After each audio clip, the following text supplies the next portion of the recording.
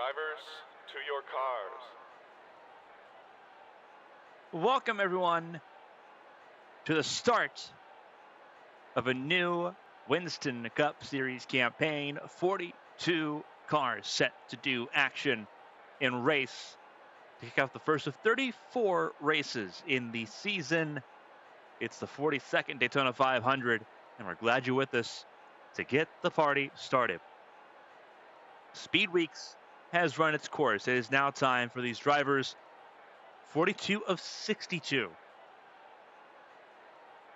to make the most of the opportunity here today. 20 entries attempted to start this race and failed to do so. High entry list, high demand, high stakes to kick off the new century.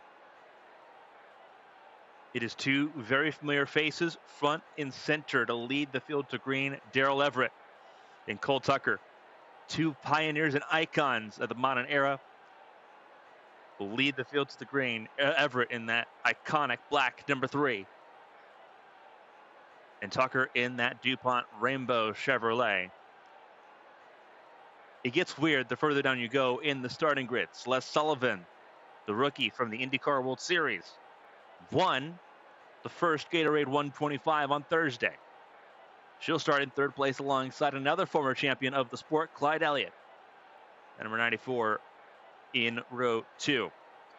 Michael Smith has looked really strong, the teammate for Darrell Everett for Robert Carver Racing. Led the most laps in Duel 1, but will only start in 5th place. Keep an eye on that 31 car, though, to move through the field quickly to get to the front of the field and try to lead as much as possible. He'll start alongside David Walton for Bluegrass Racing. Solomon Reed, another rookie, this time for Coach Parsons Racing, starts in 7th alongside Ben Lawrence, teammates there in row 4.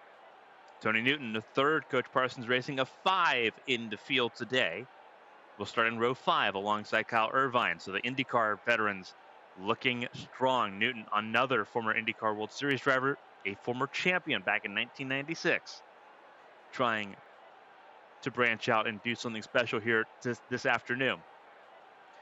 Steve Moore and Blaze Anderson make up row number 6. Anderson, a part-time entry in that 46 for Felix Racing, alongside his full-time teammate Steve Moore, who is running for the full season championship.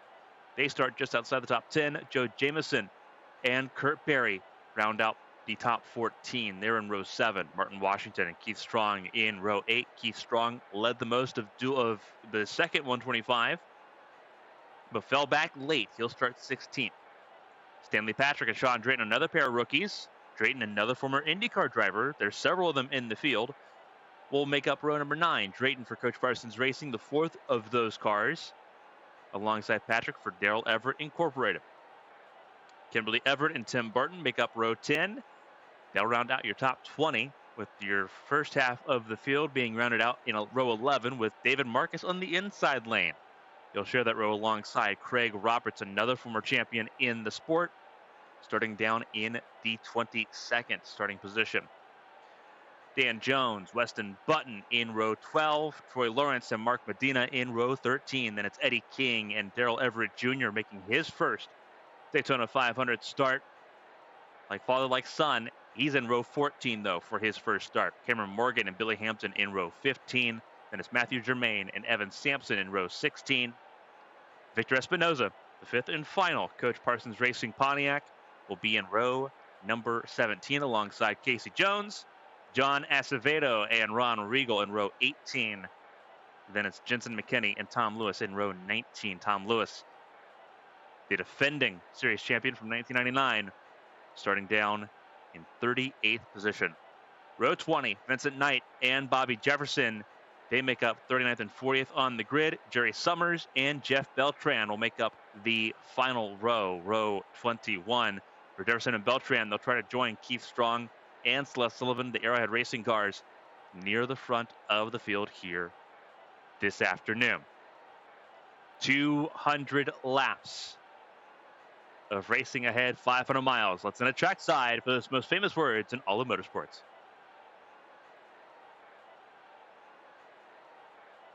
Drivers, start your engines!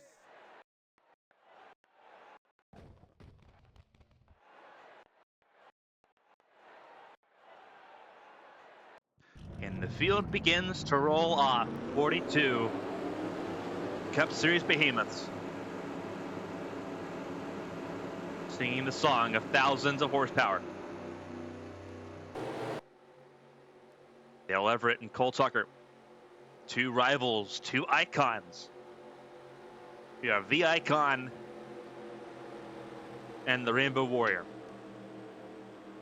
on the front row. So Les Sullivan, 5 race wins last year in the IndyCar World Series.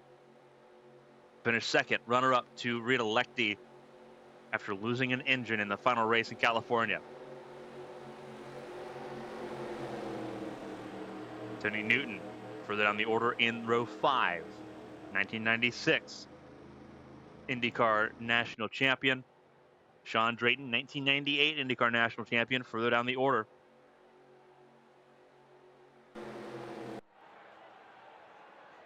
As this race gets ready to come along, you see the full grandstands right in front of you. Packed house here in Daytona.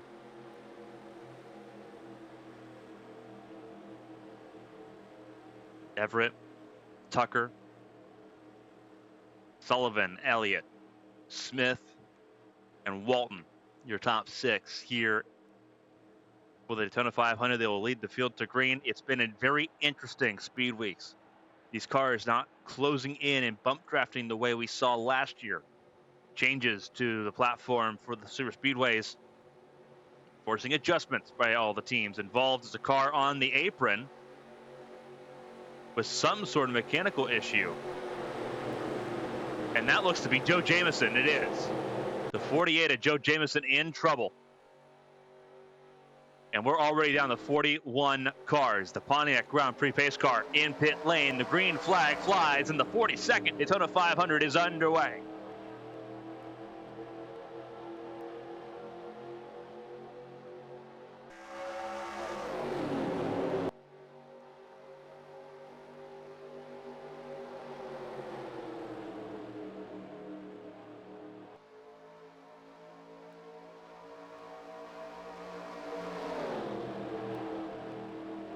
Side by side at a turn number 2. It takes a full lap to get them up to speed. Once they are at full song, 206 miles an hour, the top speed. Pretty impressive for 3,300-pound stock cars. Racing with those restrictor plates. Typically, these cars can sing up to 725 horsepower on the restrictor plates. Detuned quite a significant amount, down to about 525 horsepower.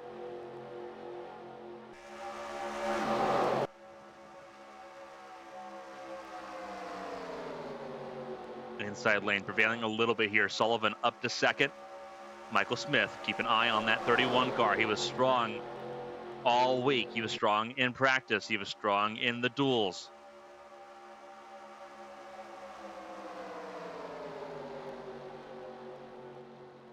Those Everett Carter engines being outstanding. The McNally engine's good as well on the Chevrolet side of things.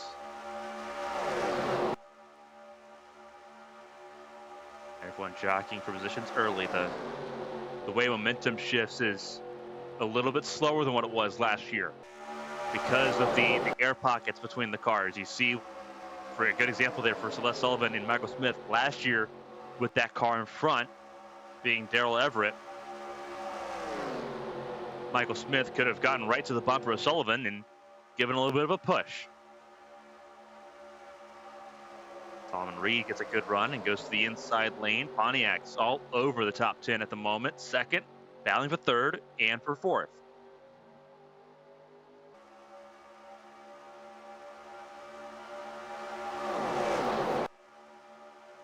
Darrell Everett leading the field to green. He's done this twice before. He's not won, though, the Daytona 500. He has missed out on so many occasions. Spoke with him this morning. He said he felt confident, he felt comfortable. Sat mid-pack for most of his Gatorade duel, his 125 on Thursday, the one that Sullivan went on to win. Said the car did not feel bad in traffic. Wasn't being urgent, wasn't being impatient on Thursday, knew that this car had what it took to be a front runner when it mattered at the end of this race. It looks good at the front of the field at the very least. He's going to lead lap 4. And Steve Moore, that number 40 for Felix Racing, has moved forward like clockwork. Cole Tucker back to the inside lane as well, slotting in behind the 31 of Michael Smith. It is now Chevrolet's 1, 2, 3, 4, and potentially 5. There's Blaze Anderson, full-time in the Busch Grand National Series. Running part-time right now in the Winston Cup Series. As Steve Moore goes for the race lead on lap 5. Everett led the first 4 laps. It'll now be in the hands of Steve Moore. And Michael Smith will move up to second place as well. Outside lane, not where you want to be, not early on at least. It gets a little bit more favorable later on as the tires begin to wear. 36 to 39 laps, the pit window here for the Daytona 500.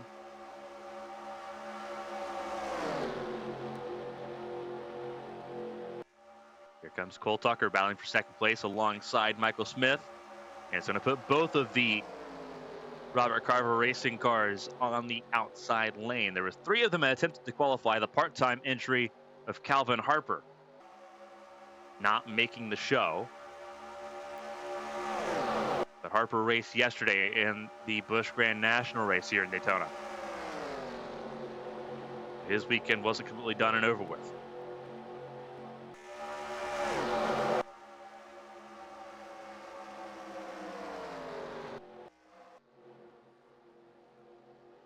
We do have information about Joe Jamieson and his retirement here from the Daytona 500 on the opening lap. It was an engine failure. It was a blown header that we're hearing the reports from here. So Jamieson out before this race even starts. He did cross the start-finish line to start the race officially. He crossed the flag after it went green, so he will be classified in 42nd position. Again, not a full-time entry, Jamieson in the Busch Grand National Series. We have several of those drivers in this field today. But Jamieson's day comes to an end very early.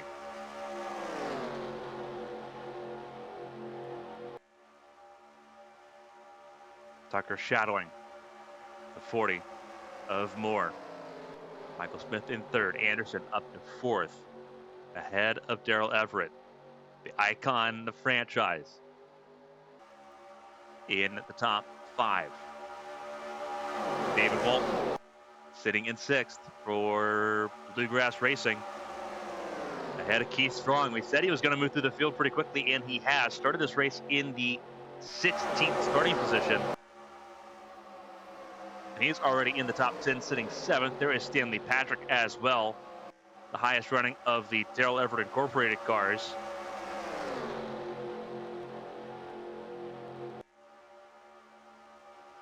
Everett's team has 3 cars in this field, the 1, the 13, and the 8. The 1 is Stanley Patrick, the rookie, racing full-time for the first time this season. He's in the top 10 right now. He looked good in the 125s on Thursday as well. Ben Lawrence behind him in 9th. Solomon Reed looking strong, looking poised and confident. Another Busch Grand National driver right now sitting in that 10th spot, ahead of Martin Washington. Kurt Berry in 12th right now, but it's Troy Lawrence, and then Celeste Sullivan has dropped down to 14th place. Driving some clean air on the nose of that Pontiac. Or driving back in line behind Lawrence, single file line, everyone hugging the yellow line. Now Irvine in 15th, David Marcus in 16th, ahead of Mark Medina and Clyde Elliott, your top 18 at the moment as things stand. Tony Newton in 19th place, Weston Button in 20th. Couple of stragglers further down the running order here. Kimberly Everett 21st. Kimberly, her younger brother Darrell Jr. Both further down the order here. There's Darrell Everett Jr. Little Lee. His first Daytona 500 appearance.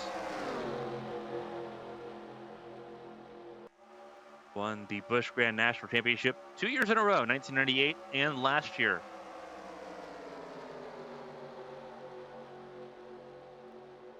And now he sits in 26th ahead of Cameron Morgan.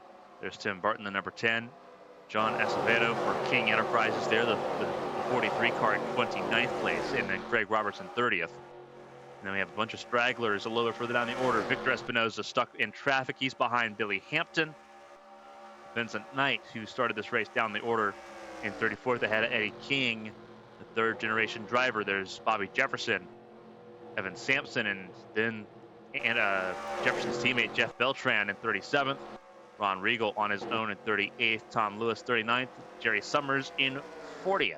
Around Casey Jones in 41st.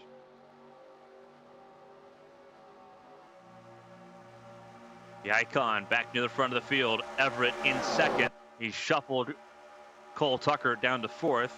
Keith Strong looking outstanding right now in the third spot there, the leading Pontiac for Arrowhead Racing. 4 cars in the field. First time they've had that happen in team history. Sullivan, the first rookie to ever win a 125. So the 35 and the 36, the 2 full-time cars from last year, looking strong here after they made overhauls to their engine platform there for Pontiac.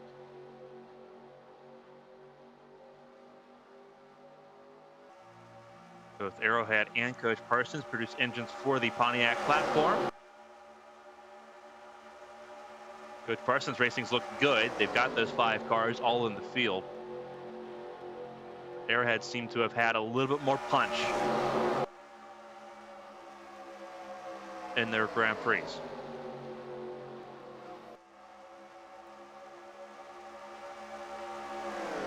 Strong up to second place. Everett on the outside lane. His driver, the 1 car, his employee, Stanley Patrick, went to the outside to see if he could help a little bit here. Ended up thinking better of it.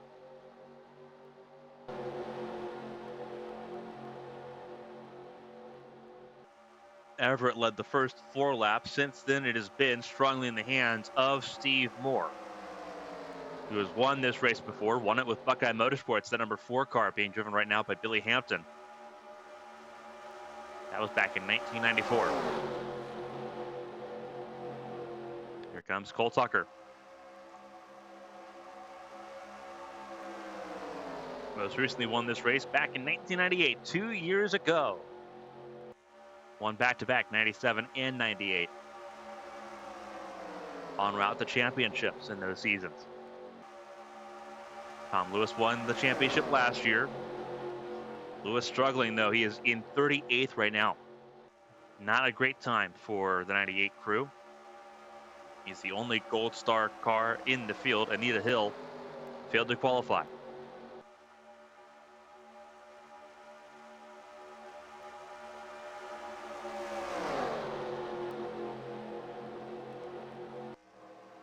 Completing 15 laps. We're on lap 16 now. It is more than Tucker. Everett peeks the inside lane.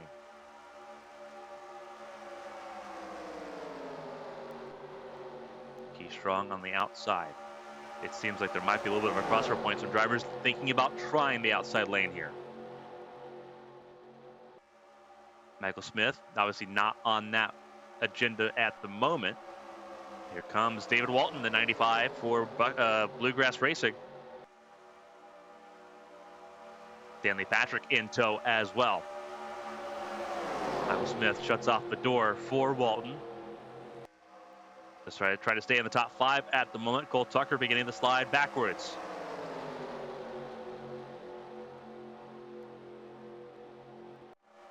Slow car being caught up to, that is Casey Jones, 26. Getting caught up to here and breaking up the pack a little bit. And the belief is that there is an issue on that 26 car. They're trying to diagnose it. A He has just significantly packed up the field here. He was down 174 miles an hour. And it has now put the 5 cars at the front on a breakaway.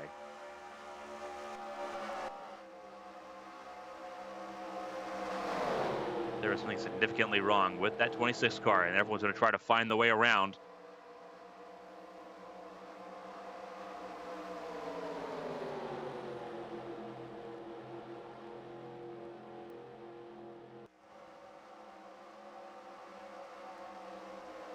That car's only getting up to about 180 miles an hour. This is a car that raced into the field on Thursday.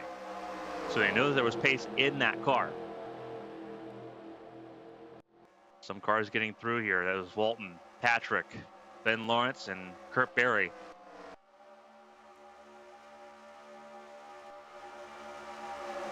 These 5 have set sail 197 miles an hour. They are running almost 20 miles an hour faster than that group that was stuck behind the 26 of Casey Jones.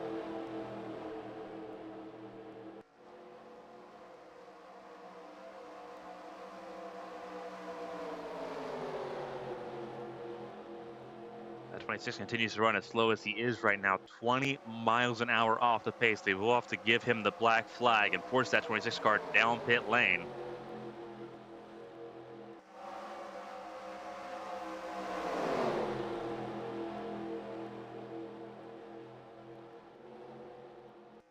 He is not getting faster with cars behind him. He is woefully slow at the moment.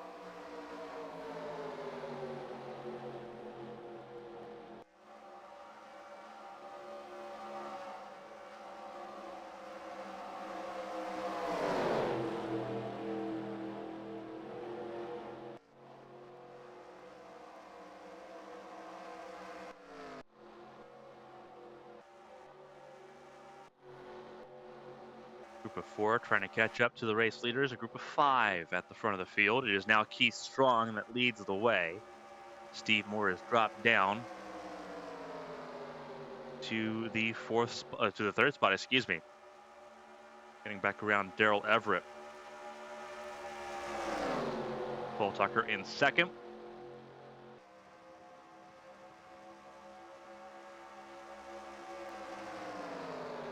Tucker is yet to lead a lap here in the Daytona 500. And it looks like Steve Moore's going to try to prevent that from happening still. Looks to the inside of the 24 into turn 3.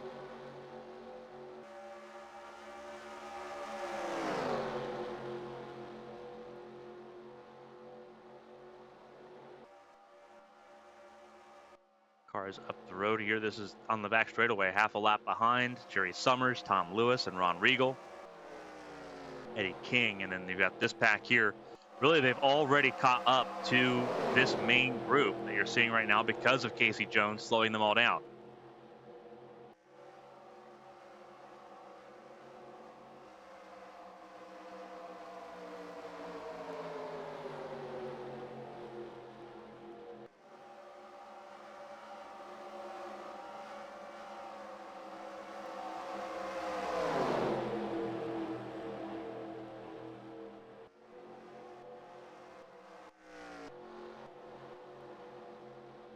Everett Jr. got through. Sullivan got through. The 10 of Tim Barton got through. John Acevedo got through. They're all fragmented here as the field rolls around.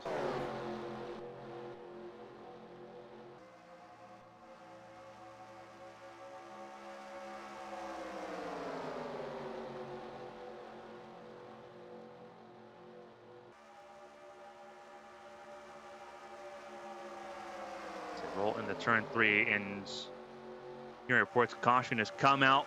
Moisture on the racetrack, oil on the racetrack, and there you see it. Pace car is out and will collect the race leaders getting back to start finish line.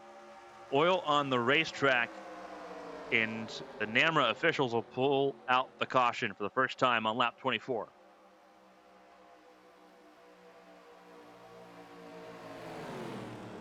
And with the yellow flag comes the black flag as well for car 26. So he must come down pit lane during this caution period to get that car issue fixed. If they believe that that car is down on power and losing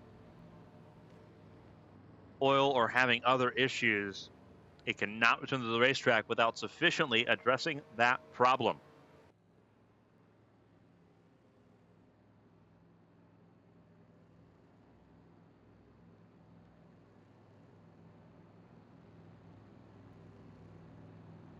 So caution out for the first time here in the 42nd Daytona 500. Pit stop set to be up and coming as well.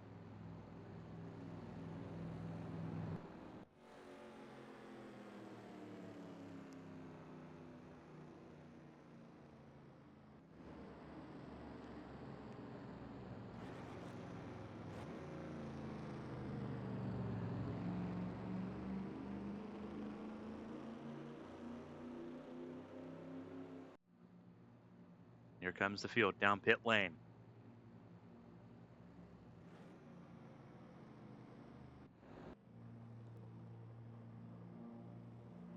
Long road down pit lane, 60 miles an hour, the pace speed on pit lane.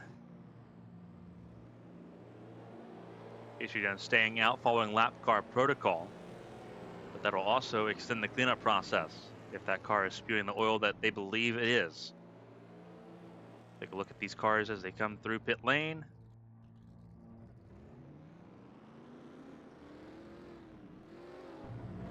Pit boxes here for all 42.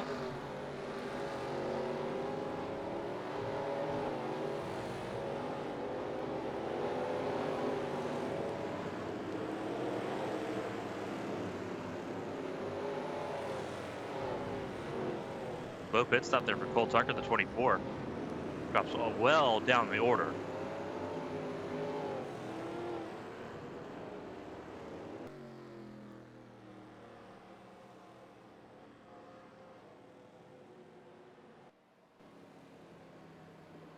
But it will be Keith Strong and Stanley Patrick that will lead the field to green. Everyone's going to get themselves in order, so we will step aside for our first commercial break of the race. Don't go anywhere because more racing to come after this.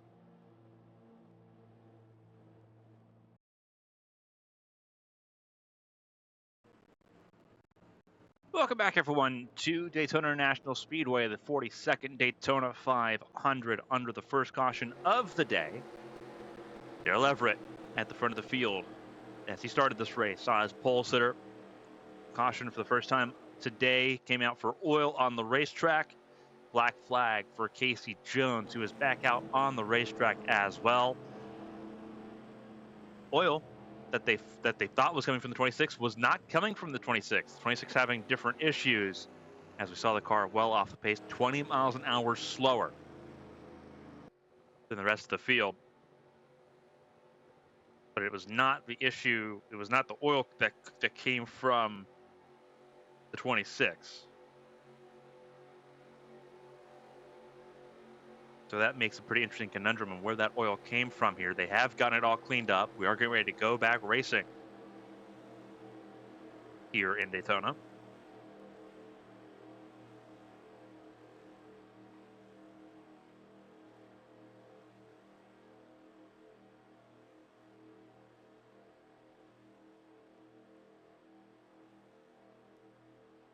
.41 cars running. Only one retirement. That is Joe Jamison, who retired on the opening lap due to an engine failure.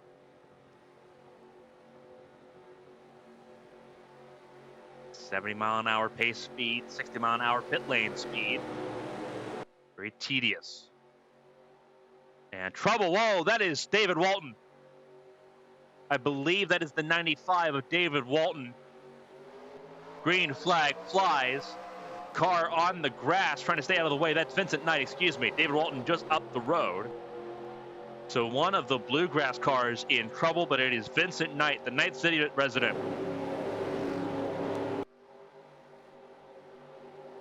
Everyone getting with the speed slowly but surely. Vincent Knight in trouble. And surely going to add to our list of retirements here. Casey Jones, whatever the issue was with the 26 car, it is still ongoing. Vincent Knight in trouble. And they may throw another yellow here. And indeed they do. Caution comes out again. Oil on the racetrack on the front straightaway coming into the tri-oval. And it will be Keith Strong that leads the field back to the yellow. So caution out immediately once again.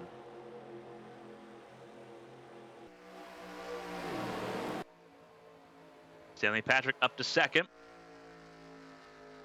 As Vincent Knight tries to make that car back to pit lane. They do not want to have to roll out a tow truck or a flatbed to get that car back to pit lane.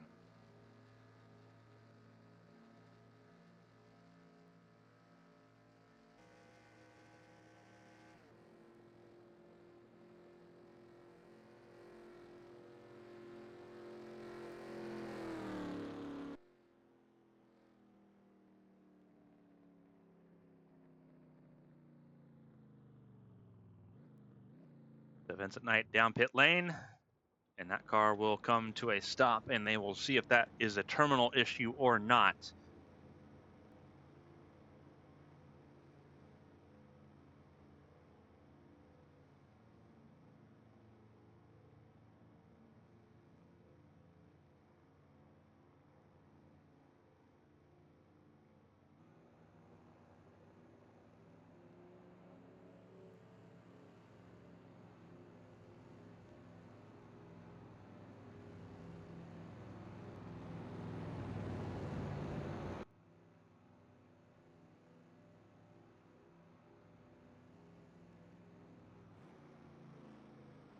Car's coming down pit lane, topping off with some fuel.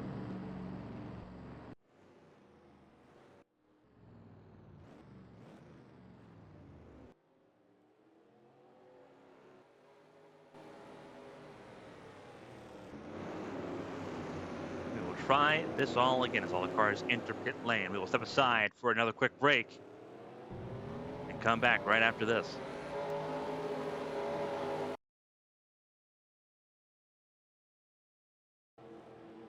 Welcome back, everyone, to Daytona International Speedway. Two quick cautions back-to-back for oil on the racetrack, this time resulting in the retirement of Vincent Knight from this race. Two retirements now in the field, both of them Chevrolets. With Jamison out on the opening lap, Vincent Knight joining him in that retirement queue.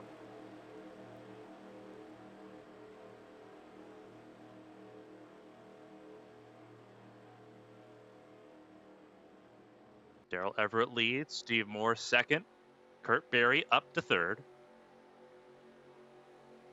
Keith Strong and then Stanley Patrick round out your top five for this upcoming restart here to start lap 33.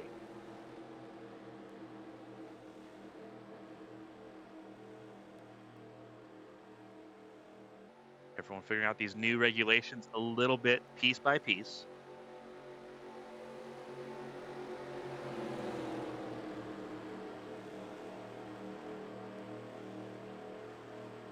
Last year we saw a lot of bump drafting. That has not been the case this year. Limits to the camber angles, to different suspension geometries, and aerodynamics, including the rear spoiler, have changed a lot for these teams that they've been trying to figure out. The 3-car and the 40 both have looked really strong in adjusting to those changes. As the green flag flies once again, is Everett and Moore, the two that have led the most laps here today so far. Still early days, though, for the field as everyone rolls through turn 1 and 2, getting back up to speed and up to full song.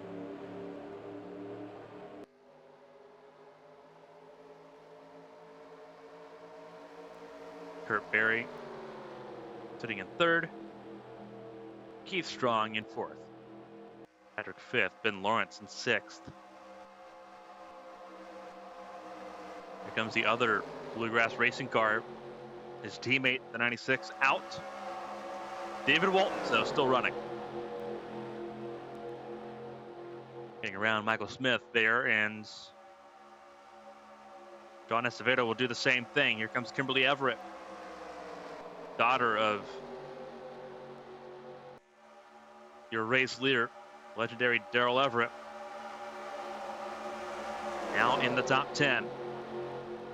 Jensen McKinney's also made some really big inroads. He has climbed all the way from the back of the field to the front. He is now in 11th place. Everyone shuffled a little bit further around. Daryl Everett Jr. In 14th place behind Martin Washington. Victor Espinoza in 15th place for Coach Parsons Racing. Cole Tucker down in 16th. He's gotten around Tim Barton for that 16th spot. Everyone trying to make some inroads here. So is Celeste Sullivan. Started this race third. Got shuffled back on pit stops. Outside the top 20 at the moment. Dealing with Matthew Germain and Craig Roberts. Tom Lewis up to 26. We'll see how things play out here. You can see car still well off the pace that it is Casey Jones.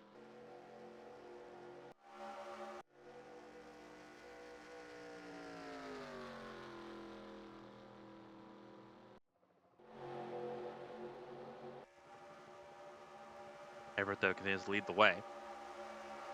Strong in second. Stanley Patrick in third. Chevrolet and Pontiac 1 and 2. Your best Ford right now in fifth with Kurt Berry.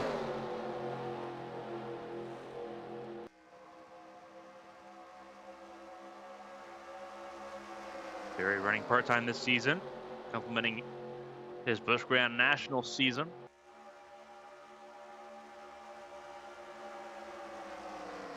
Now doing a really good job punching above his weight class in the top 5.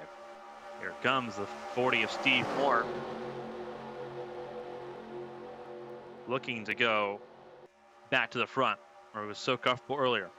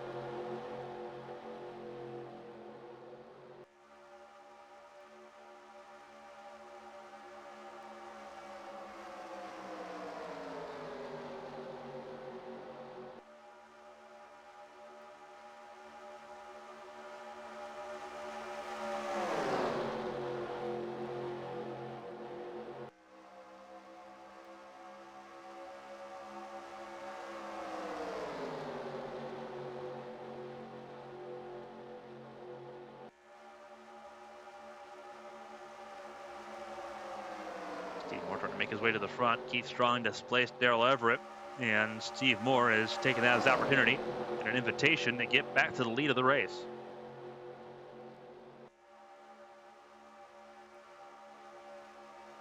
Here comes Kurt Berry in second. Cameron Morgan in that 25 Budweiser Chevrolet from McNally Motorsports. Also up the road a little bit.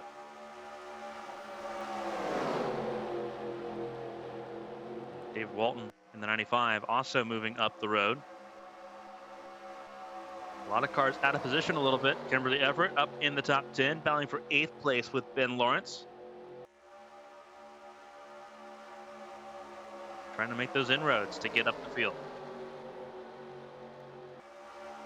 Sophomore season for Everett in that 13 machine.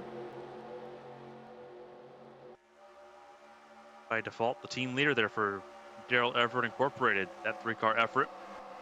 Currently with Stanley Patrick and Daryl Everett Jr. right now nose to tail, 13th and 14th, just behind.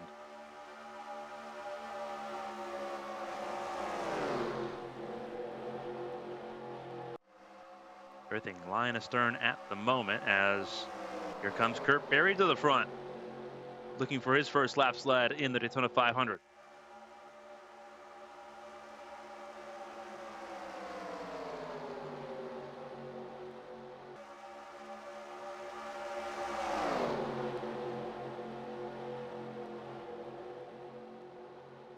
not happen. Keith Strong gets back to the point. Strong's led 9 laps. Make this lap 10 led for Strong in the 36. Cameron Morgan now in the mix. Had been largely just the 24 of Tucker that had led the way for McNally Motorsports. Now Morgan's up in the mix. That Budweiser 25 in second.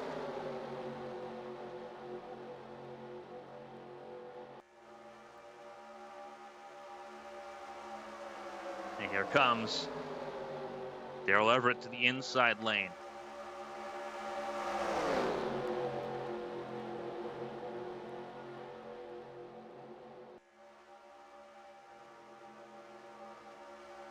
John Acevedo in the 43, also moving up the road here. Acevedo for King Enterprises has found his way forward. In that iconic number 43. Kimberly closing in on the top 5, it looks like here. Getting around Cameron Morgan will be for 5th. So Everett looking strong. Her father going for the race lead.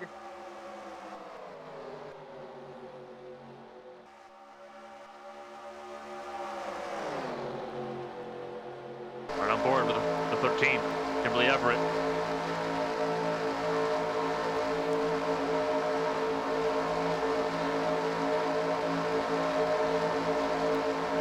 Keith Strong takes a slide backwards.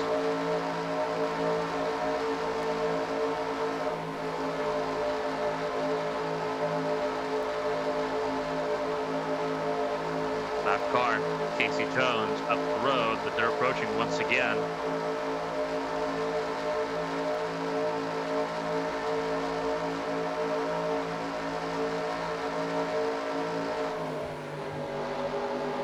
Hear how much they got to breathe out of the throttle there.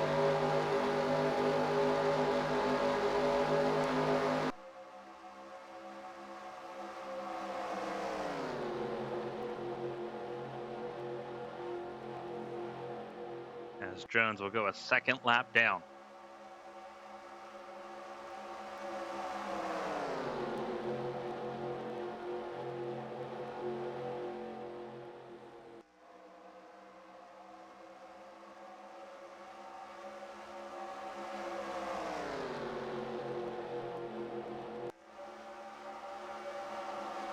Keith Strong not going to be blocked off there by the 26.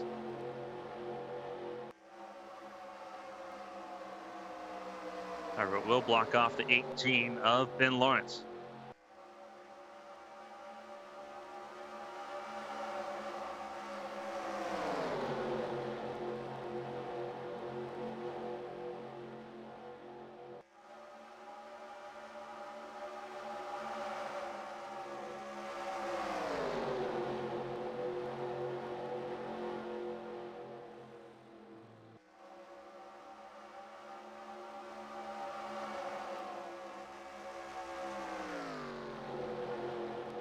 Top 7 have all broken away from this pack once again.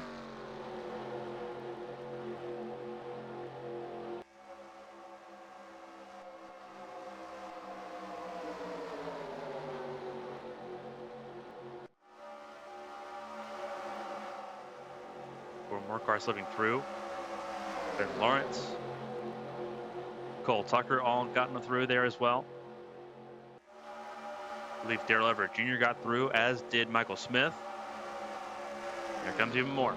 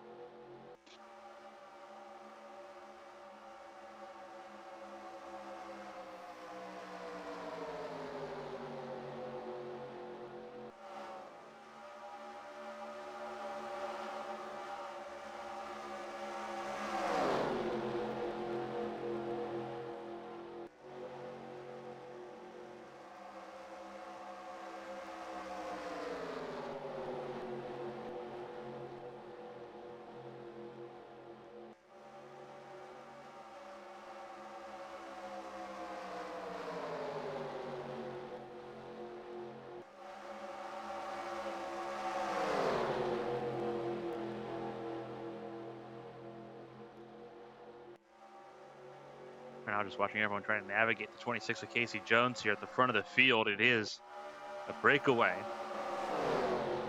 7 cars here. Kimberly Everett's up to third. Daryl Everett leads the way. It is Jensen McKinney in the middle. Right now sitting in the second spot. John Acevedo in fourth. Keith Strong fifth. Kurt Berry one of 2 Fords in the top 7. McKinney, the other Ford for Royalty Racing, getting past for second place. So all the manufacturers present in this top group as Cameron Morgan gets around for 6th. But keep an eye on that second group coming up. This group's got some numbers to it as well. Soon to have 8 cars, including 2 of the fastest that have been in this race.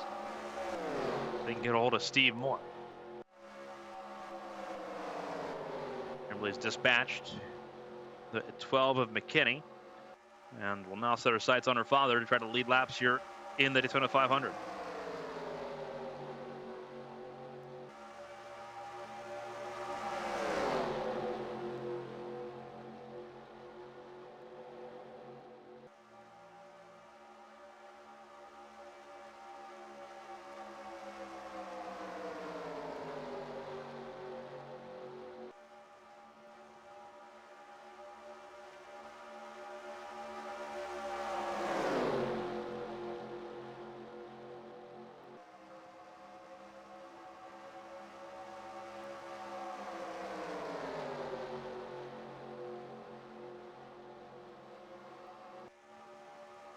Keith Strong looks to go to second place, so you saw Kimberly Everett fall backwards a little bit as Acevedo moved up to second for a moment. But Keith Strong saying he wants to lead back. In order to do that, he's got to get up to the 3 car of Everett. This group also 7 cars in. That's the second pack. This is 8th down to about 14th. David Walton leads the way. Darrell Jr. in 9th in this group. And then Cole Tucker, Michael Smith, got Tim Barton, you got Ben Lawrence, Victor Espinoza. Steve Moore falling into the clutches of this group that's coming up. Roberts, Washington, Hampton, Button, Anderson, and Lewis. And then you have another 4-car line that is Dan Jones, Mark Medina, Troy Lawrence, Stanley Patrick, and David Marcus. And then you have a bunch of Pontiacs here. You got the 81 of Reed, the 30 of Beltran, Tony Newton, and the 20, the 11 of Drayton. Even more Pontiacs here. There's the 00 of Jefferson, the 44 of Eddie King.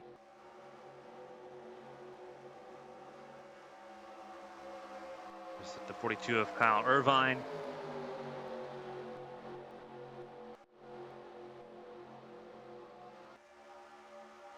Kurt Berry's made his way up to second place. And this top 7 continues to shuffle around.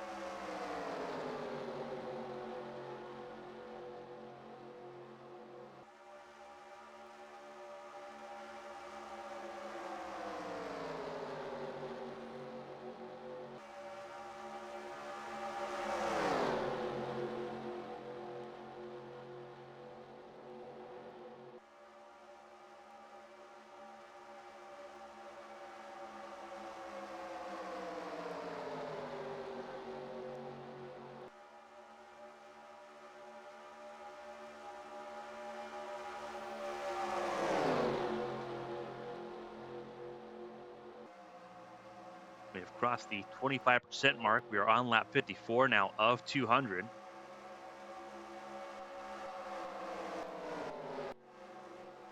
you see the group has really been fragmented here in a significant way. More cars have gotten around the 26 of Casey Jones. I believe everyone has at this point. They have. Phil Sullivan learning a very hard rule about managing traffic. Started this race in 3rd, now down in 39th.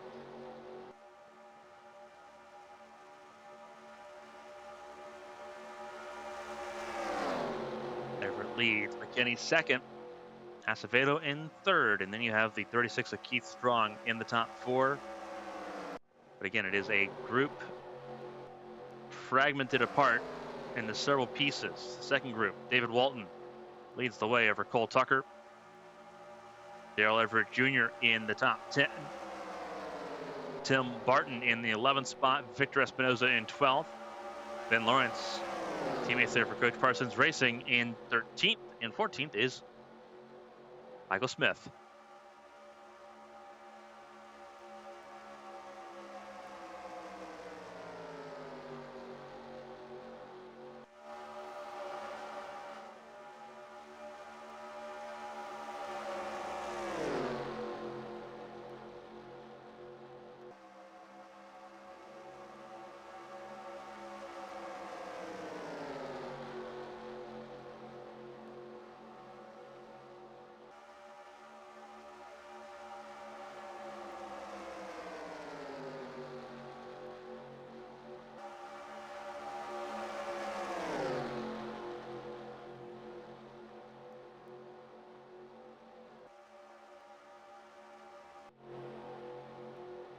This group continues to grow a little bit here. This is I think, the largest group we have, I think. Kind of just browsing and perusing here. Yeah, I believe it is our largest group, that group that we were just on. Yeah, largest pack right now. But they are not the fastest pack. 44.8 is the average lap speed for that group.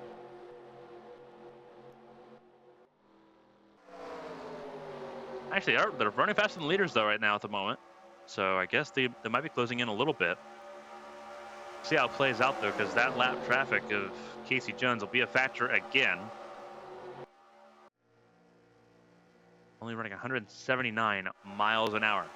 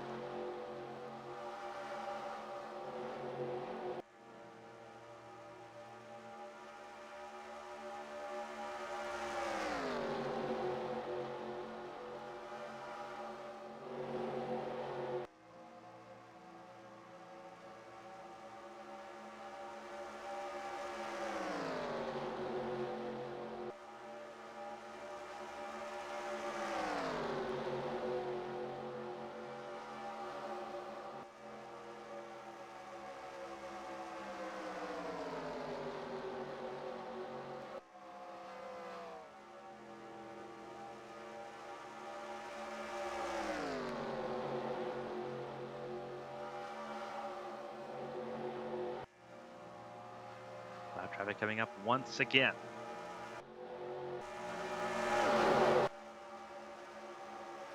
Darrell Everett is now led over 30 laps. He's now on 33 laps led in this race so far, as McKinney moves back up to 2nd. As we mentioned, Casey Jones becoming a factor once again. We have another retirement in this race. Just came down pit lane. Blaze Anderson, part-time driver for Felix Racing, out of this race before we got to lap 60. So that is the official 3rd retirement of this race. And here comes the field to Casey Jones. Everett tried to make the outside lane work. That was not the case. And here comes Jensen McKinney. Trying to get to the lead of the race, and he will. Everett up to second.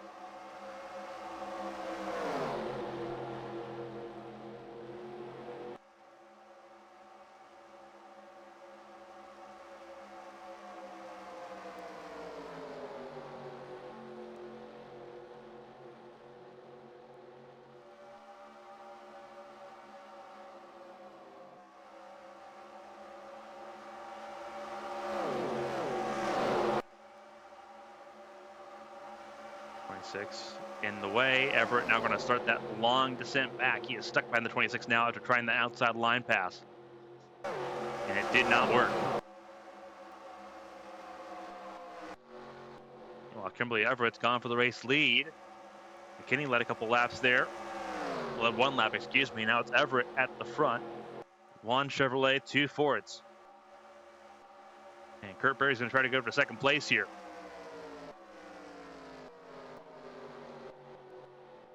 So for the first time in her career, Everett's going to come out of turn 4 leading the Daytona 500.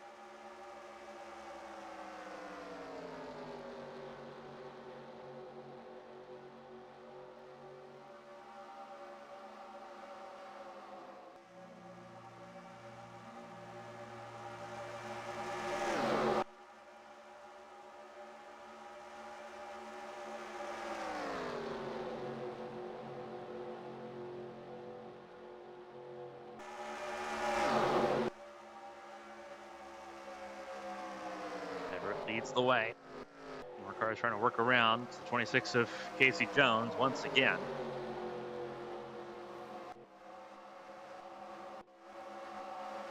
And more cars beginning to close in on the lead group.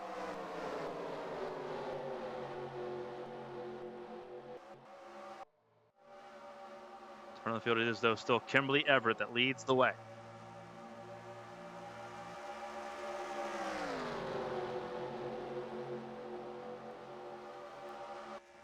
We'll step aside for a quick commercial break. Don't go anywhere. More racing to come here for the 42nd Daytona 500 right after this.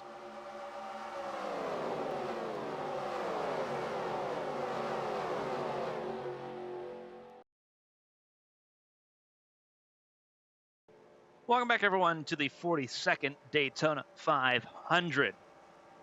Pit stops for under green flag conditions for the first time have taken place. And it is Jensen McKinney that now leads the way. Number 12 car at the front of the field, leading this race. David Walton in second. Kimberly Everett in third at the moment as things sit. A huge shuffling of the positions during that green flag pit stop cycle. Keith Strong sits in the fourth spot. Right in the shadow, 13 of Kimberly Everett right now. Fifth place, Cameron Morgan, a little bit more distant in fifth at the moment as things sit.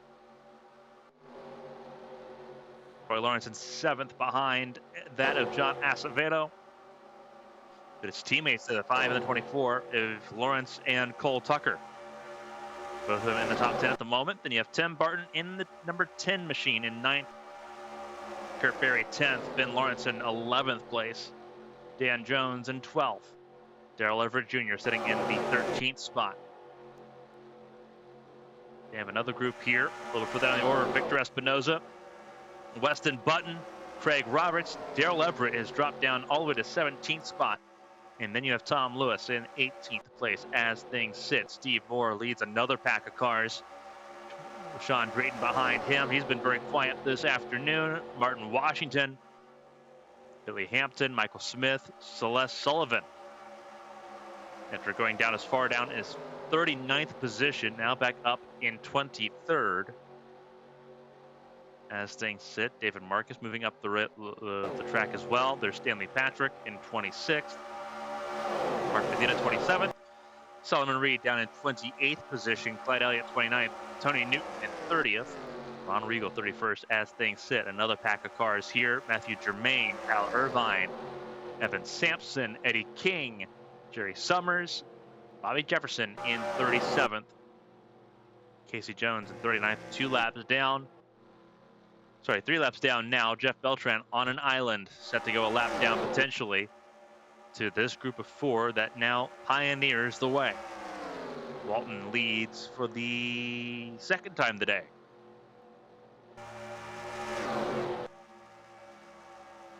Keith Strong back up to 2nd. Kimberly Everett drops down to 4th behind Jensen McKinney, as we have completed 75 laps here in Daytona.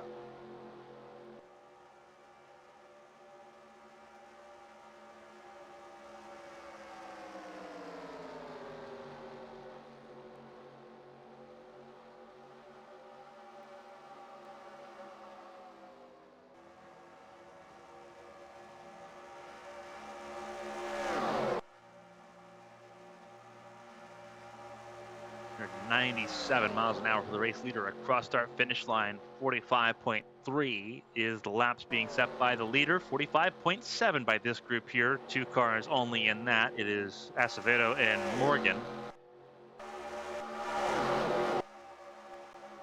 45.0 for this 3rd group that has some fast cars in it. This is the fastest group at the moment, just below the 45-second mark. Trying to close in.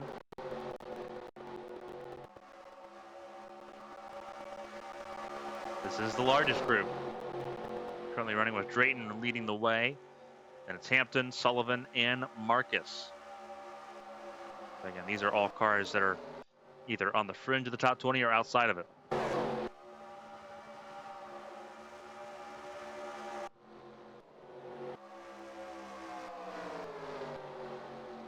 Jensen McKinney back out front of these 4 cars, just playing a roulette spin with the race lead.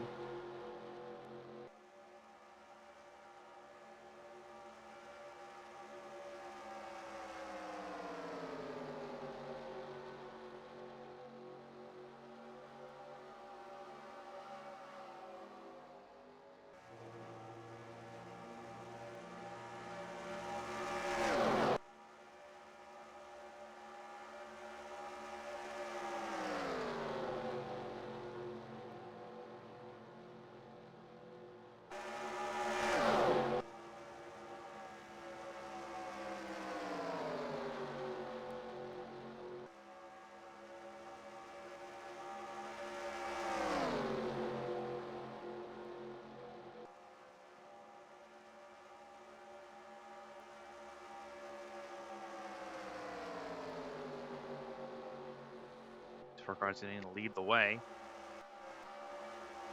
Again, keep an eye on this group. This group's one of the fastest at the moment.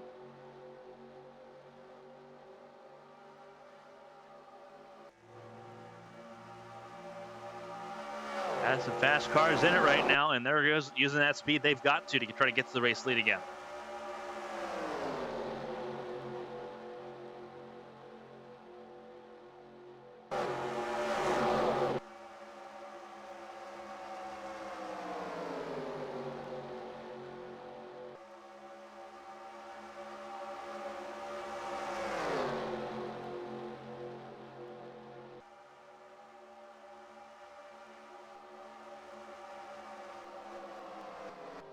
Remember, Casey Jones is still floating around as well. The top 4 have gone around him pretty easily, though.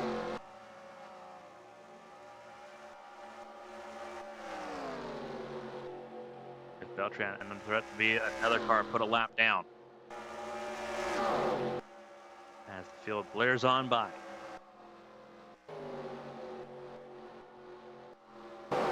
$80 laps have been completed.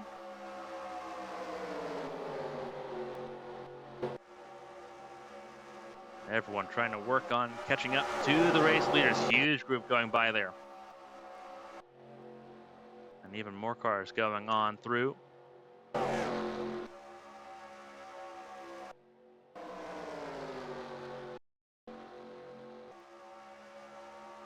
As they all whirl through. Caution's out. Hold on, caution has come out, and it will catch the leaders. Wait to see if we got the information as to why the yellows come out. We're just perusing through the field.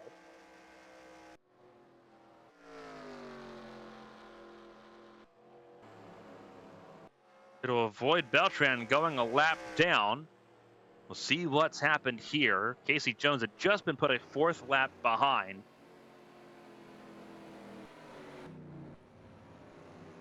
And they're saying debris on the racetrack. Saying debris in turn 2.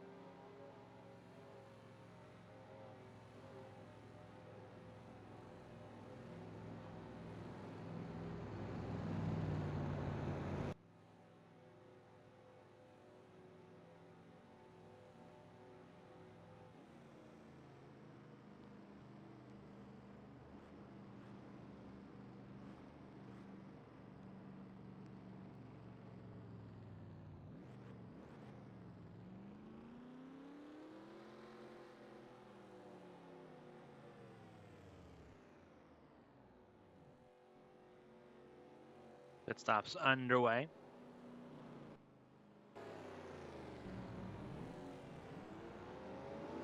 Very busy pit lane further on back.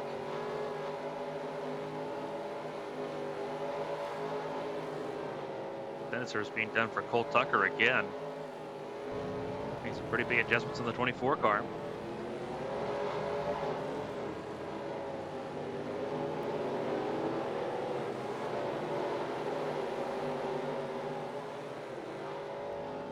Justice Speedway to 35 car, Sullivan as well. Here we go.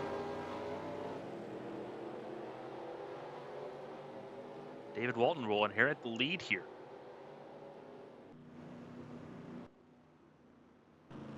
And with that, we will step aside for a quick break and get ready for this next restart, 3rd restart of the race. No major incidents, but we have retirements. Anderson, Knight, and Jamison all out. Casey Jones 4 laps down as we get ready to go racing once again. 42nd Daytona 500 continues after this. Don't go anywhere.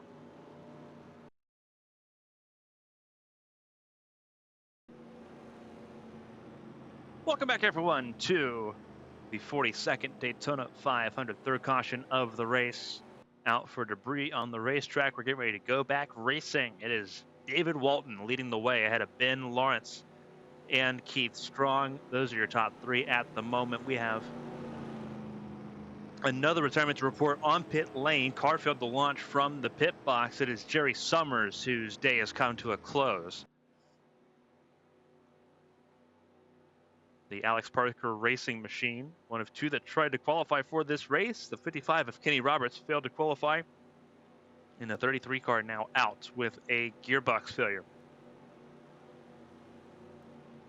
Leaves us 38 runners, 37 on the lead lap. Casey Jones 4 laps down, managing with what has been a pretty catastrophic engine issue all race long. He will start in the back of the field here for this restart. It'll be Walton, Lawrence, and Strong, though, at the front.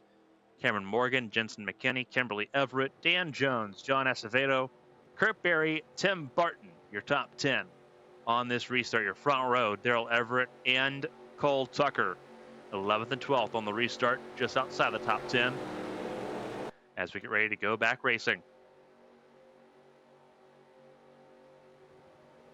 Pace car rolls down pit lane. For the 3rd time, we are back underway. Racing resumes here at Daytona.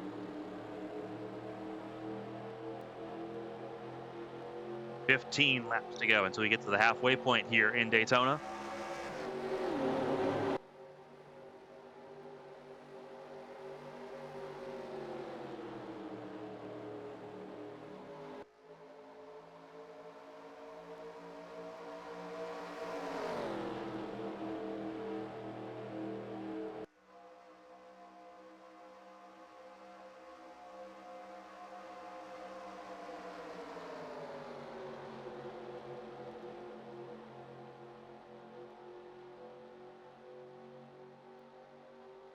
Well, we'll lose the lead pretty quickly there. Lawrence getting to the front.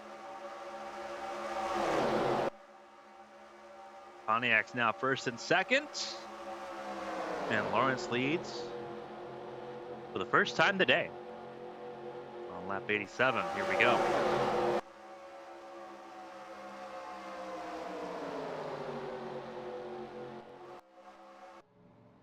Car down pit lane, Solomon Reed. Not a great look for the 81. One of 5 Coach Parsons racing cars in the field. Not sure what's wrong with that car. They're doing full service on it though. So we'll see if we can get a report on what's going on with the 81.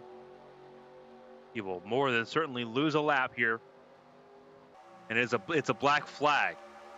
So he had to come in. There was something amiss on the 81 car. They had to pull that car down pit lane, which is why they're taking the service, because NASCAR officials requested them to do so.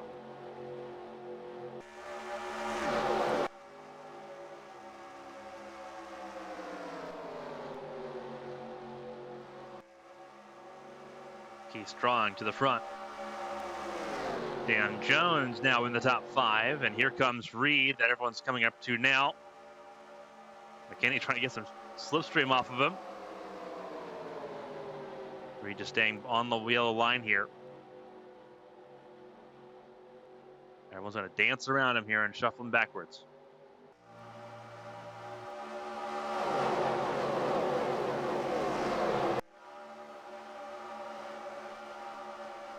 They'll end up being caught up here in the middle of the group. Casey Jones, meanwhile, still hovering at 180 miles an hour. Rest of the field going about 195, 196.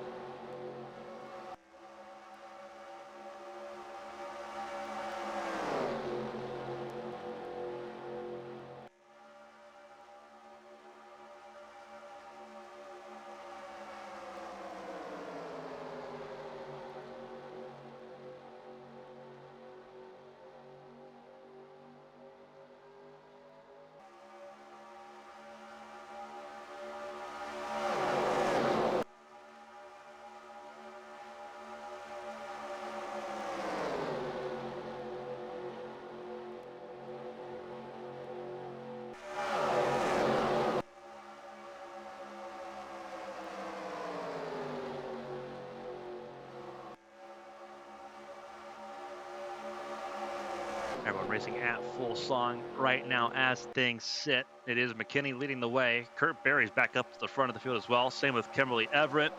Then Lawrence getting back up into the top 5 after a brief spell away. Again, a big mix-up in terms of positioning here. Once again, Darrell Everett near the top 10.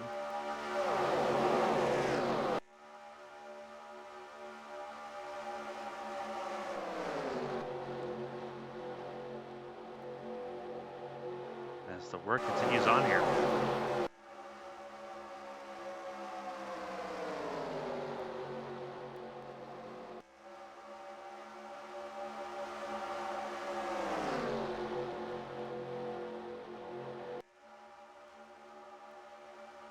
We're moving back and forth here, trying to find some inroads.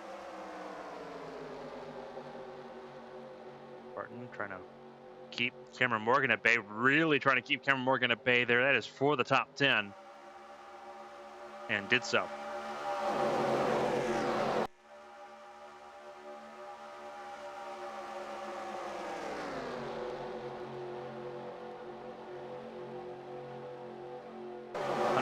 Laps remaining in this race. We are approaching halfway pretty quickly. Most laps led so far in the first 92 laps completed. Darrell Everett 34.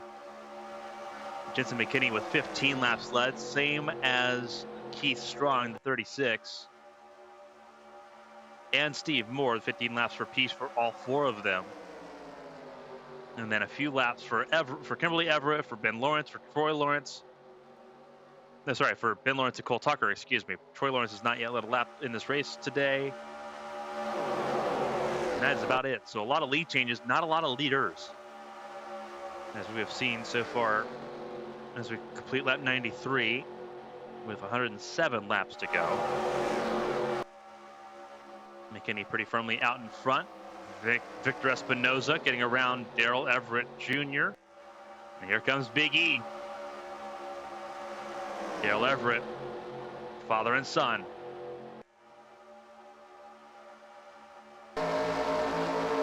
Fuel on board, the three of Everett, the icon. And he's going to get past actually here. Going to get passed by the 98, Tom Lewis.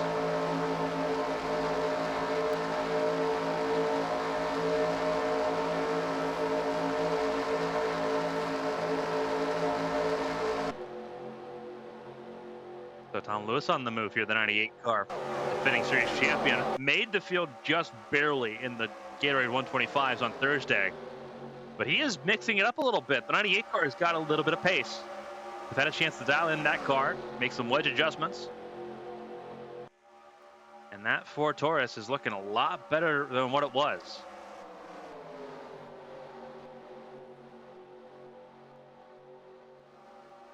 Ford has looked out and really left for dead and out to dry on Thursday. Looked a little bit better yesterday in final practice, but now they're really in their own form here.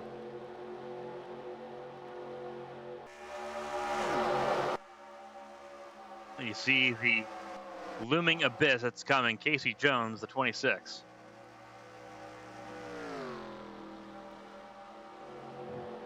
Set to break up the field once again. Look at Troy Lawrence. He gets the inside lane proactively on his brother, Ben. And Troy Lawrence goes up to third. It is Cole Tucker leading the way for those two McNally Motorsport teammates trying to go for the race lead. And now, at least for a moment, it looked like the outside lane doing enough to get around the 26 of Casey Jones. It was just the top three.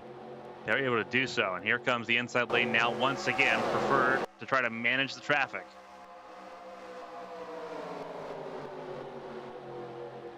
And it bottlenecks the entire field. Both Dale Everett Jr. and his father up near the top of the field here, or top of the racetrack. Let's try to find their way down. Darrell Sr. finds a way down on the racetrack.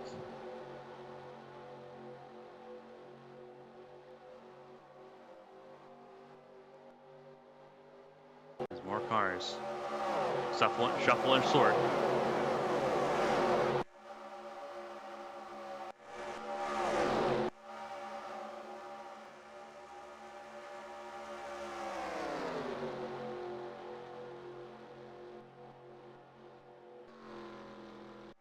Sort of browsing and perusing all the cars running around here on the racetrack.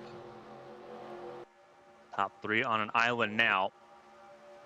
There's McKinney, Tucker, and Troy Lawrence. Here's Keith Strong, John Acevedo, Kurt Berry in 6th, Tim Barton in 7th, Cameron Morgan in the 8th spot, and here we go. That is Tom Lewis that will move into the top 10 thanks to the lap traffic. And Victor Espinosa is going to open the door and try to push his way through. And And Espinoza will take that 10th spot away.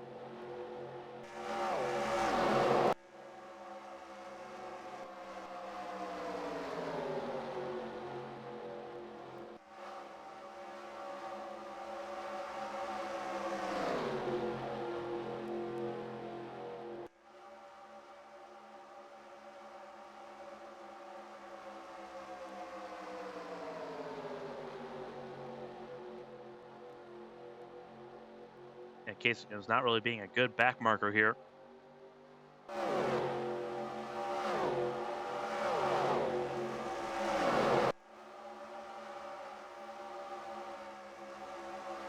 You do not want to anger that 3-car Joel Everett. He is as mean as they can be.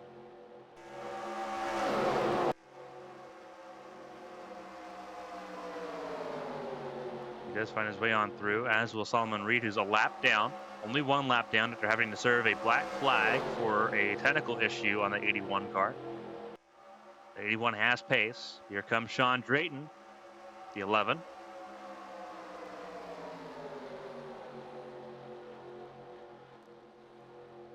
And Ron Regal will be stopped. His teammate there behind him, the 88 at Dan Jones.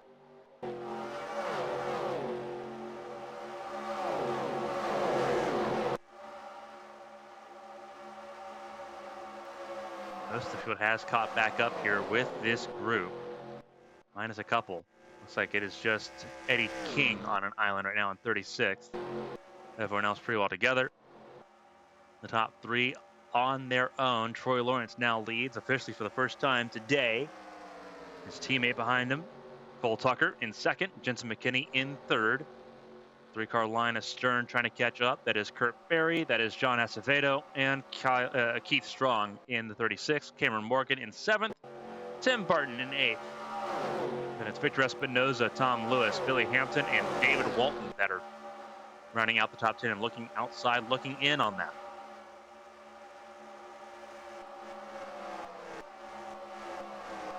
More cars trying to make their way around. The 26 of Casey Jones, Evan Sampson next in line. And Mark Medina, Michael Smith, 31, also in tow.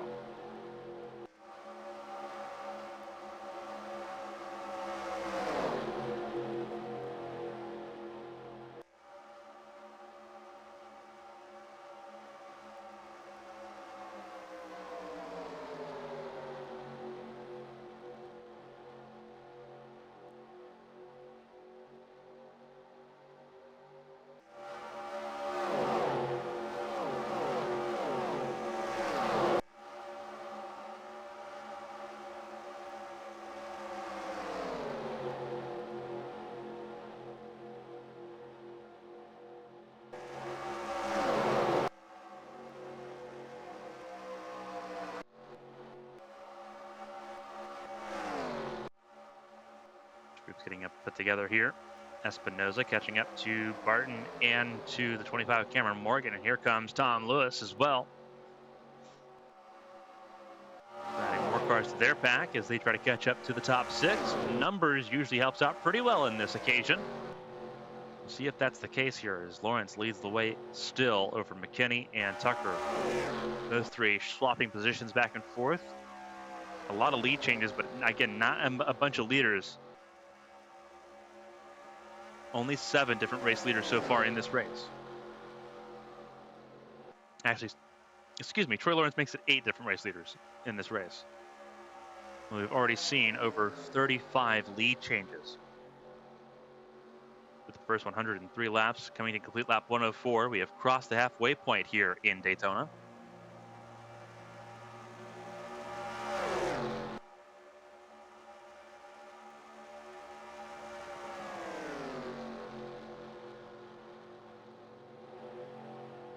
Very fortuitous situation here.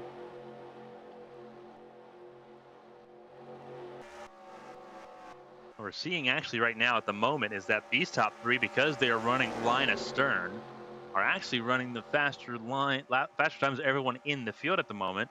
They're running 45 zeros, everyone else running 45 twos or slower as things sit right now.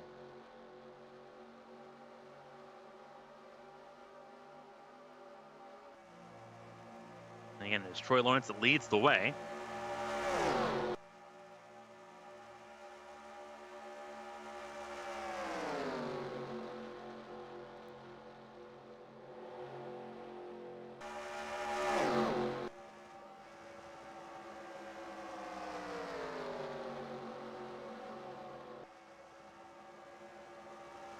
.95 laps to go.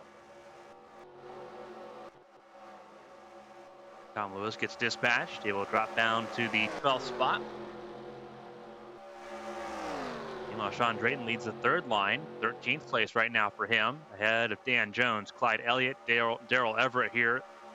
Lap car of Solomon Reed, Matthew Germain, and Ron Regal.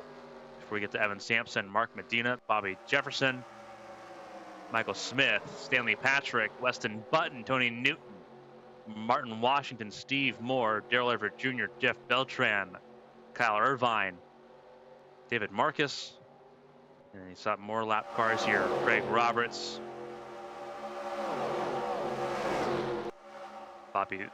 Ben Lawrence, Celeste Sullivan, and Kimberly Everett has dropped all the way down to the 35th position. Everyone tries to make their way on through.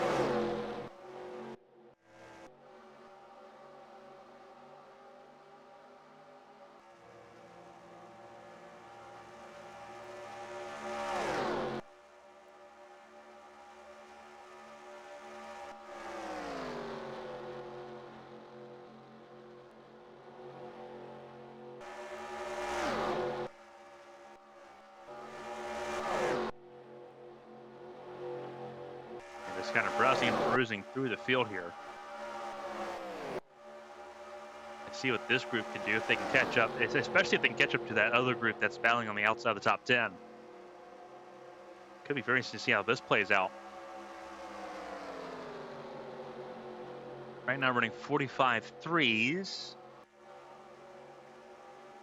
About the same pace as those ahead of them. So it'll be a game of inches here.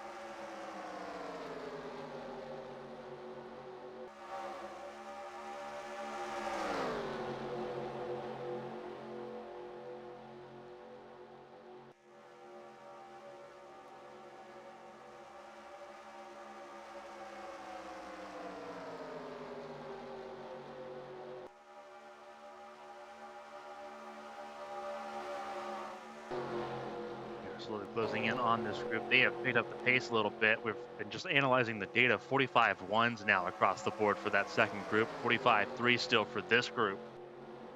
So we are going to see a pretty big merge of packs as Drayton and Elliott lead the way, trying to get to the top 10 conversation.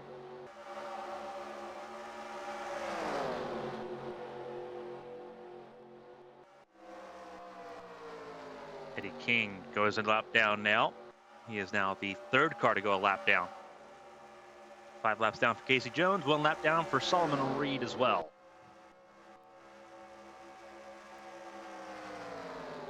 As Jensen McKinney leads the way once more from Cole Tucker and Troy Lawrence. They are up the road a little bit.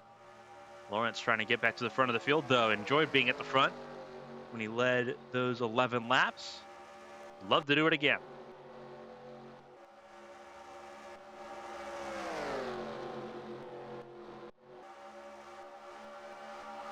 You can see here, Sean Drayton's caught up to his teammate Victor Espinoza. And now the cavalry has arrived.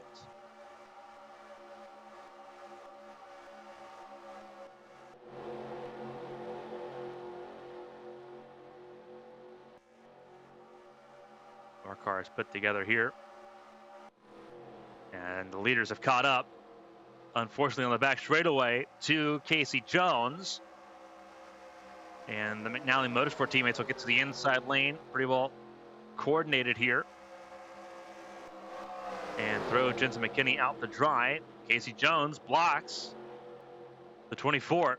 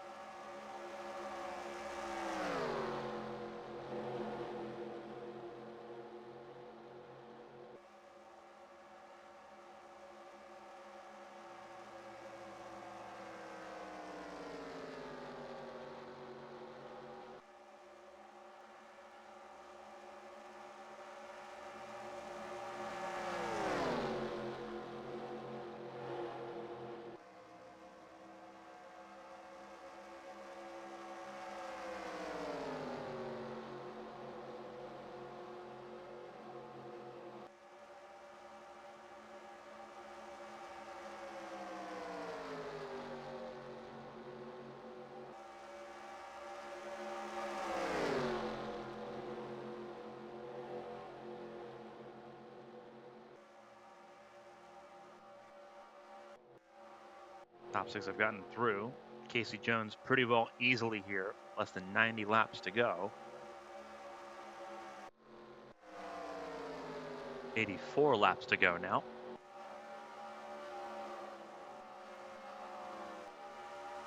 This supercharged group's going to be a little bit interesting to deal with.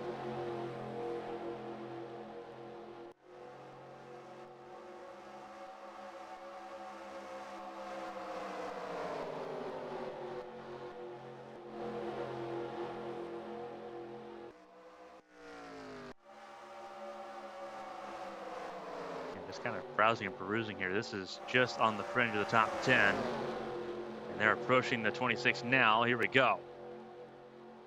Into the outside lane, all 4 of them go. A little bit of a hiccup there, trying to get everyone through, but here they go.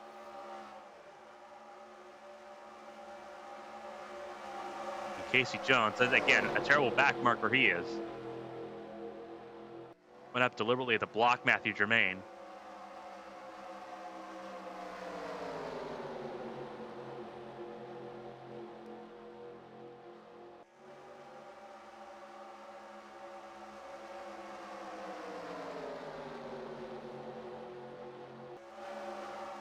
Of course, that's just not going to happen.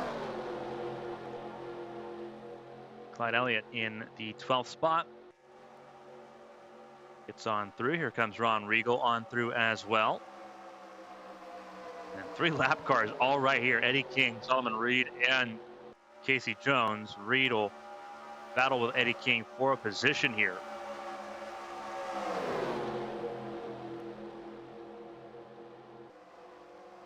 Casey Jones thought better of that one. You do not want to chop block the 3. That would have been a really bad decision to make.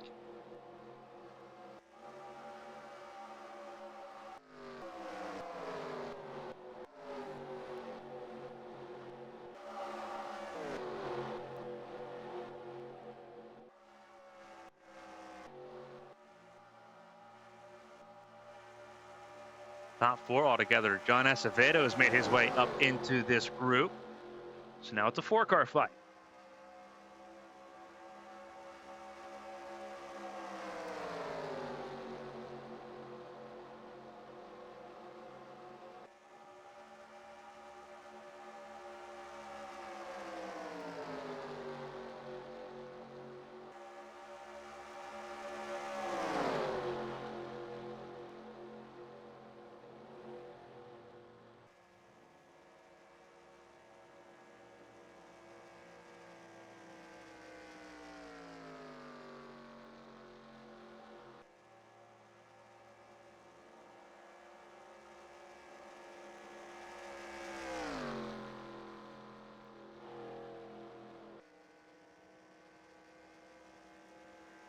Acevedo, as cars get ready to come down pit lane. You saw those pit stops beginning. Adds another wrinkle to this dynamic.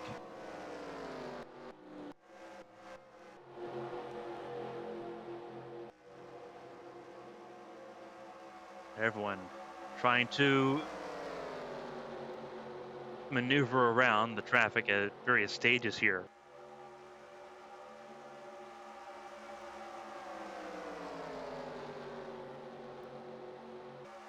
Very interesting to see how this race plays out across the start-finish line, with coming to 79 laps to go. More cars come down. Craig Roberts stays out.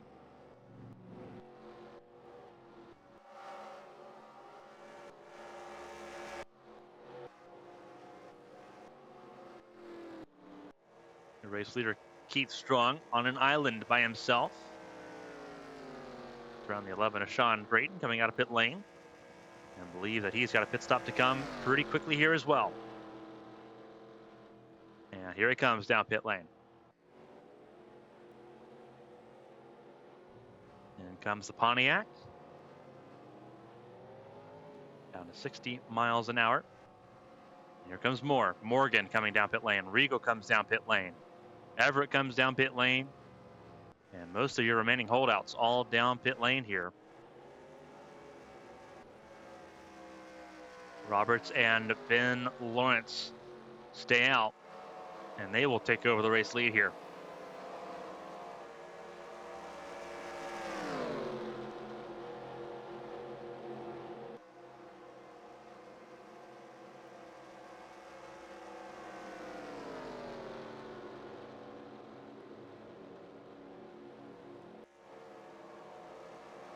Got to make pit stops as well.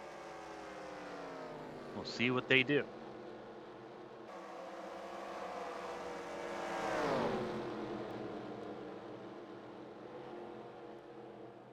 More cars coming down pit lane. And here they come, as does Casey Jones. We'll see how this all cycles out. It should be in the favor of Keith Strong here, or it should be in the favor of Jensen McKinney, actually, to grab the race lead here. Keith Strong will end up being in 4th place by the time this is all said and done. Sean Drayton will end up being top 5. Or just outside the top 5. I think this is the battle for 5th with John Acevedo. So the Pontiac's battling it out for the top 5. As you see cars coming out of pit lane still. There's Keith Strong. So 3 Pontiacs in this battle now for 4th.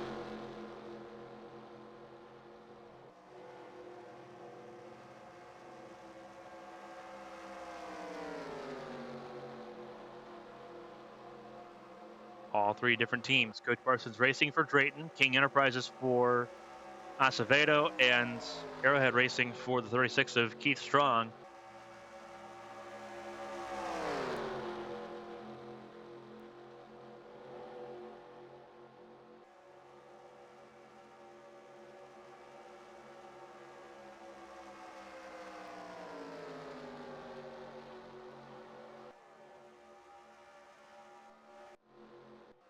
Teammates working together here, second and third, Lawrence and Tucker.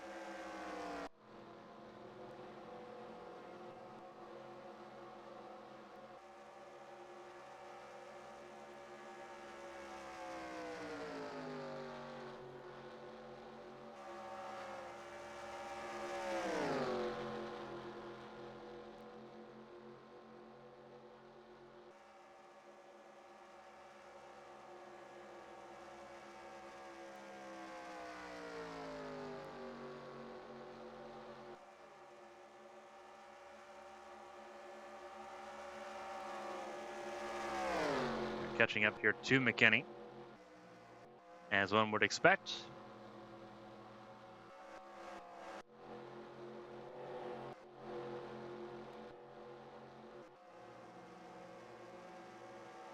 Espinosa right now sitting in the ninth spot, doing a decent job right now. I think Jermaine right now caps out the top 10, but it is a line behind him. Cameron Morgan, Clyde Elliott, Ron Regal, Dan Jones, Tom Lewis, Evan Sampson a little bit further back in 16th with Daryl Everett, with Tim Burton, Billy Hampton,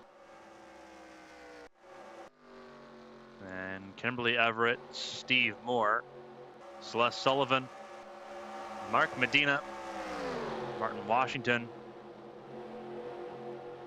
and you go all the way down to Daryl Everett, Craig Roberts, Weston Button, Ben Lawrence, Bobby Jefferson, David Marcus, Stanley Patrick, Jeff Beltran, and Tony Newton ahead of Michael Smith. Leaders are now line astern again.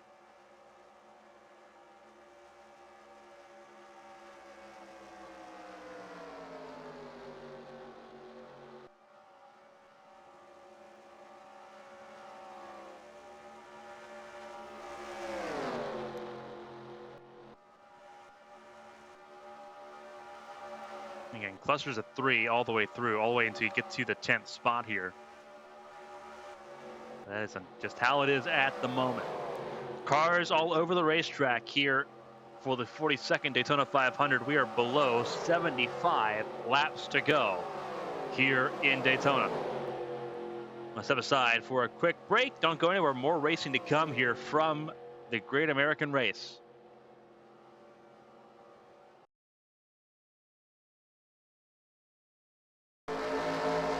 Welcome back, everyone, to the 42nd Daytona 500. Starting on board with Cole Tucker, your second place starter, your Gatorade 125 Race 2 winner. He's in third, is shadowing his teammate there, Troy Lawrence.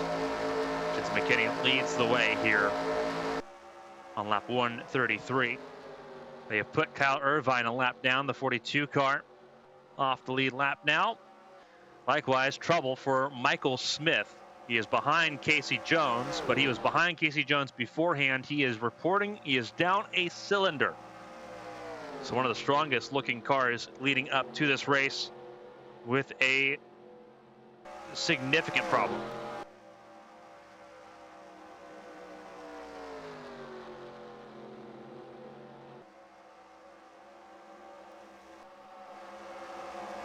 Leaders approach now, lap traffic in bunches.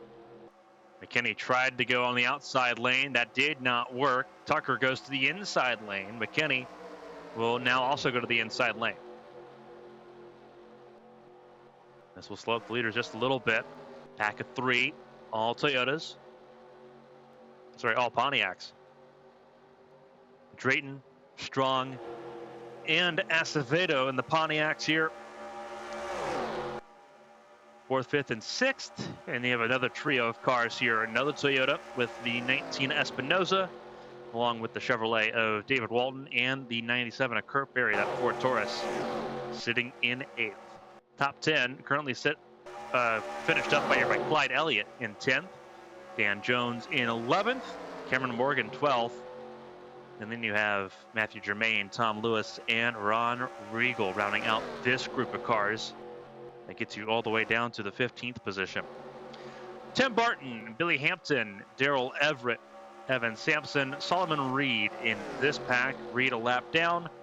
The other 4 on the lead lap at the moment. Kimberly Everett leads the second line in 20th place. Then it's Steve Moore, Martin Washington, Mark Medina, and Celeste Sullivan. That rounds up this group. That gets you down to, I believe, 24th position. It does. Darrell Everett Jr. in 25th. Weston Button 26th. Craig Roberts 27th. Ahead of Jeff Beltran, David Marcus, Tony Newton, Ben Lawrence.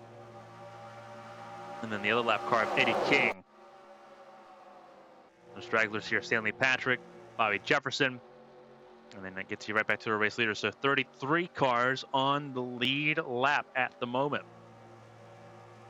Denton McKinney pushing forward at the front of the field. Troy Lawrence has been pulled away from his teammate there, Cole Tucker. Michael Smith. Separating Troy Lawrence from his teammate there. Now the first car lap down in 34th. He's holding on to the draft pretty well. So not sure what's happened to the 31. Reporting being down a cylinder. That may not be the case. Now he's back up to speed. If he was down a cylinder, he would not be anywhere close to 198 miles an hour right now. He'd be closer to Casey Jones' pace. Casey Jones not even able to hit 190 at the moment.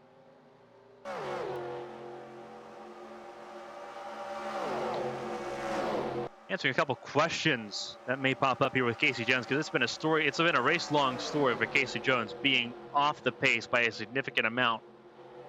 Why have they not pulled him down pit lane? They did. They pulled him down pit lane. They threw a black flag at Casey Jones because they thought he was spitting oil on the racetrack. They thought he was serving a significant problem. Black flagged him.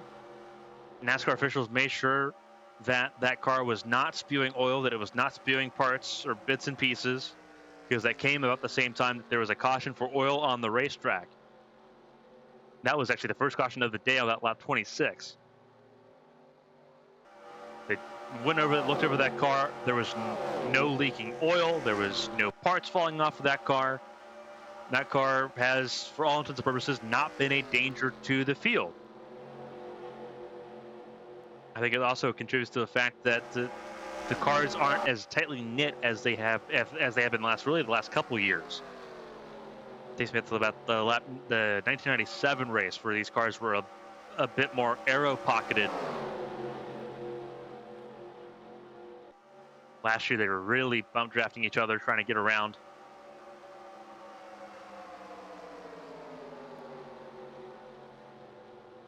This year feels like a bit of a reset with the adjustments to the camber limits and ride height adjustment limits.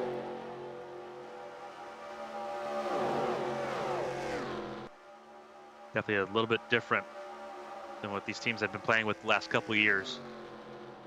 But because the field's a little bit more spread out, it's less of a danger to have a driver like Casey Jones on the racetrack right now, despite the damage that's been done, I think, to the overall competitiveness for some of these drivers in the field.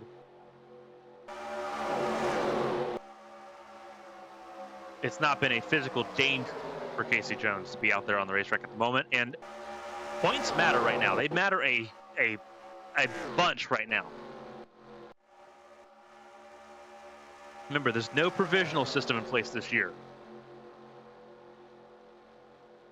So every point matters at the moment. Casey Jones right now sitting in 38th position. There's 4 cars behind him that have not finished. That's Jerry Summers, Blaze Anderson, Vincent Knight, and Joe Jamieson.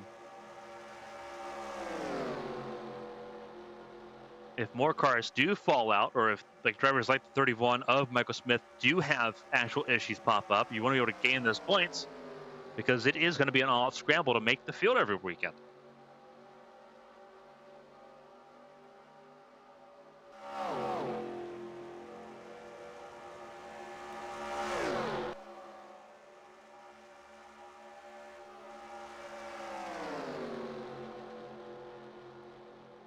Obviously, not all 62 cars that we saw in the field trying to qualify for this race today are going to be full-time. We're looking at about 48, 47 cars full-time going for 42 spots every week.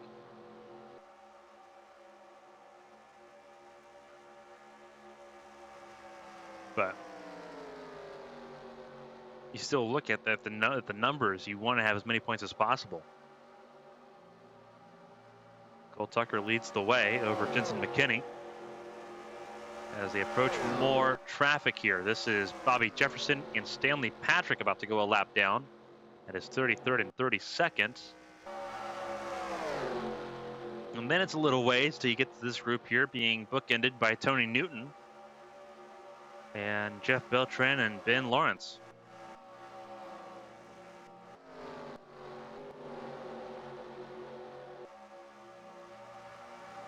Four-car line, a little more than four-car line, catching up to Troy Lawrence. It's Keith Strong, John Acevedo, David Walton, Kurt Berry, Victor Espinoza, Sean Drayton. Clyde Elliott also moving up.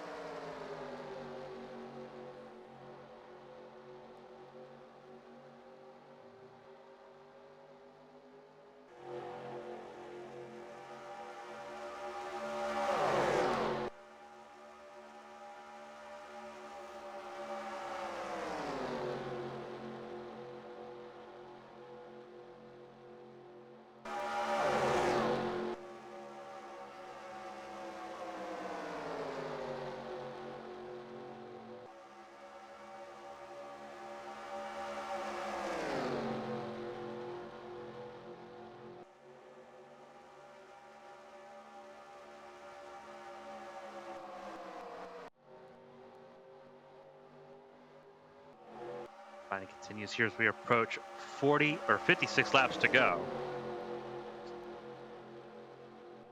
Sorry, 45 to go. I was looking at the wrong number on my end. 45 laps to go now at the line for the race leaders as they've caught up to Bobby Jefferson and Stanley Patrick. So 45 to go, or 55 to go. It's been a long race, everybody. It's been a long day. We've been active since 10 a.m. getting everything ready for this race, and here we are. We have 55 laps to go. If things stay green, about 45 more minutes of racing to go.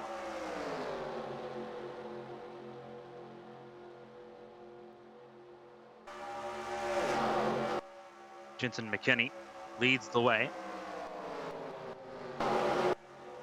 There's more work to do.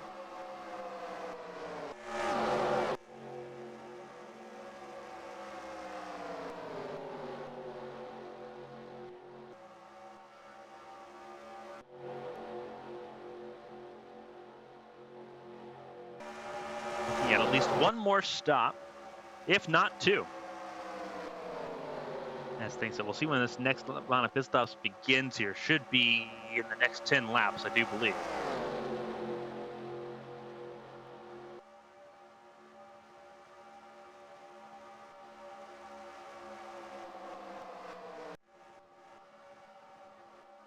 Everyone really strung out here.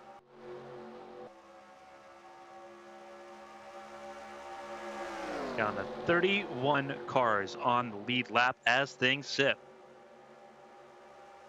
We've had 4 cautions, all of them for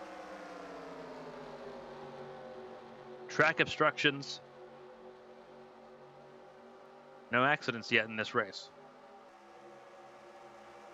It's a very rare occurrence. Typically, we see some sort of crash at some point. That has not been the case at all.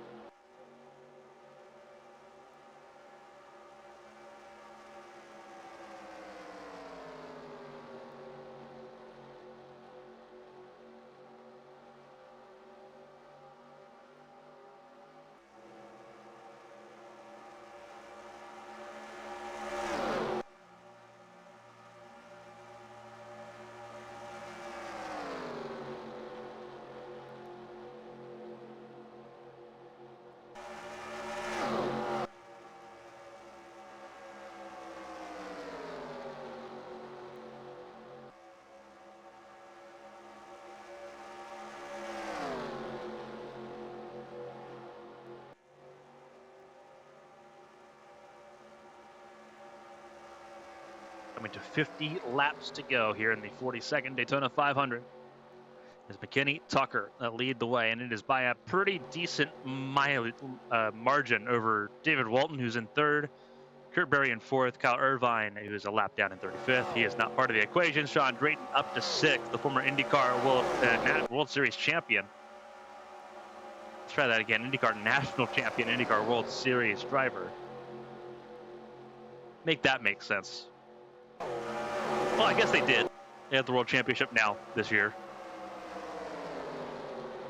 I guess they did kind of fix that. It just had to refer to Sean Drayton as a former national champion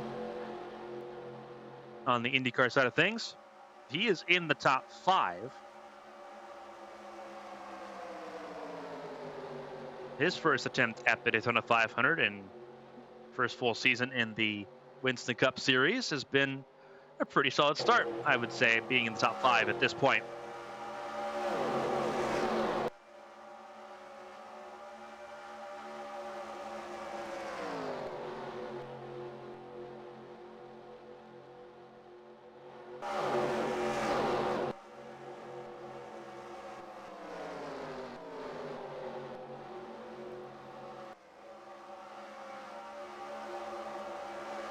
Seems like the issue that's going on right now for the 26 of Casey Jones might be affecting to a lesser degree, might be affecting Eddie King. He has gone a second lap down.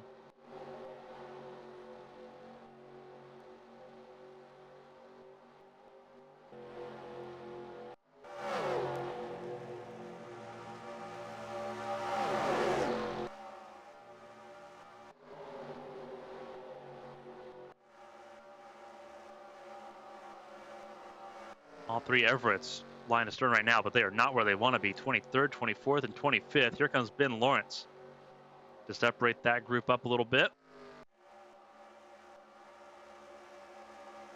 And with less than 50 laps to go here in the Daytona 500, coming to 46 laps to go.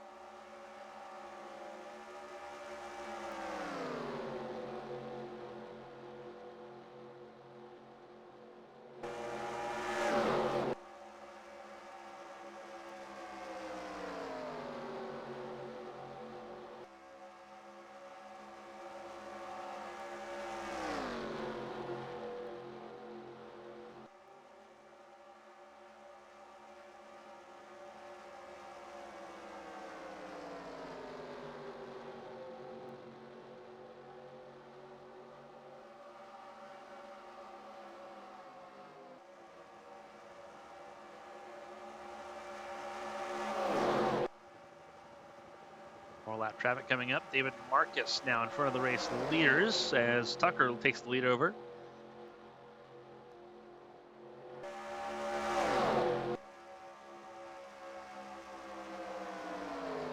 Getting to about lap 160. If they can get to about lap 165, then they will be good to go on just that one last pit stop. We'll see if they can, because that pit stop window is not far away. The leaders dealing with traffic. They've slowed them down a little bit here. It's allowing this group of cars to catch up just a little bit.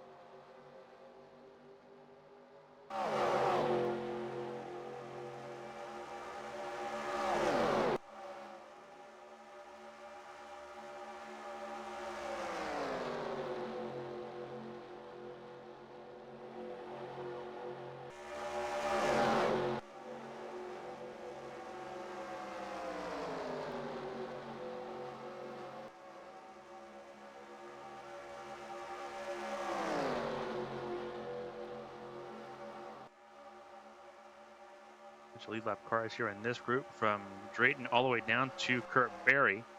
And another group of lead lap cars here. David Walton in 8th. Matthew Germain back up to the top 10 in 9th. And Dan Jones in 10th. As everyone jockeys for position. And lap traffic all over the place. As you'd imagine this late into the Daytona 500.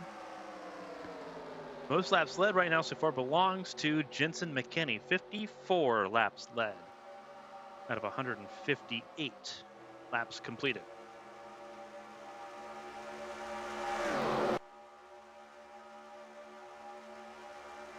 Again, pit stop's not far away, and there you see the leaders coming in. That was Jensen McKinney in the pit lane with Michael Smith.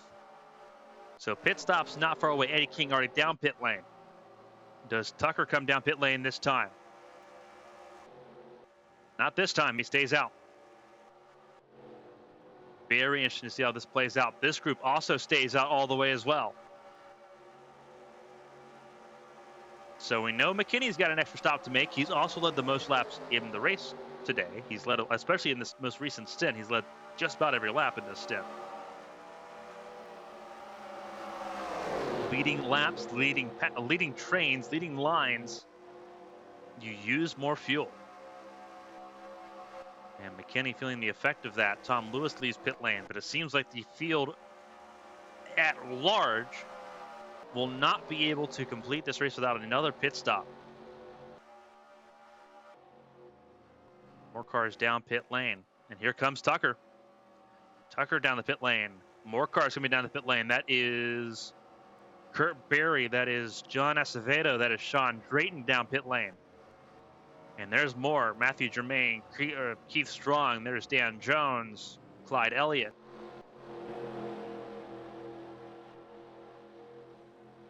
Who else coming down pit lane from this group? Nobody. It is Martin Washington, though, up ahead, and Steve Moore all coming down pit lane. As well as Evan Sampson. Kimberly Everett in 13 car stays out, as does Craig Roberts and Tony Newton. Daryl Everett, Ben Lawrence all stay out.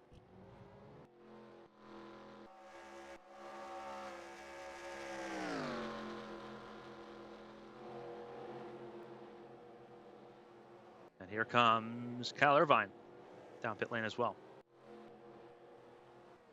So a lot of shuffling going on here. 10 and the 6 going behind the 35 and the 4.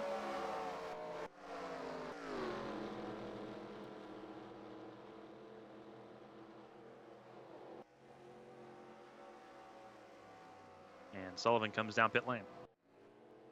Here comes Newton, Kimberly Everett down this time as well. Everyone really staged out and staggered. Top two on an island at the moment. Cole Tucker and Jensen McKinney on their own little realm.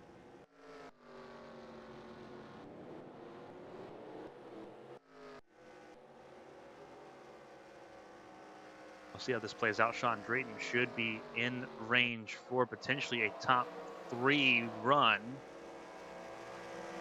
Actually, excuse me. John Acevedo will be likely in the 3rd spot here by the time this is all said and done.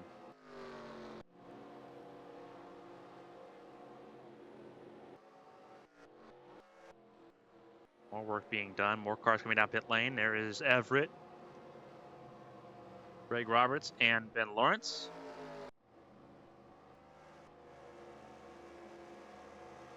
And he gets back around the one of Stanley Patrick.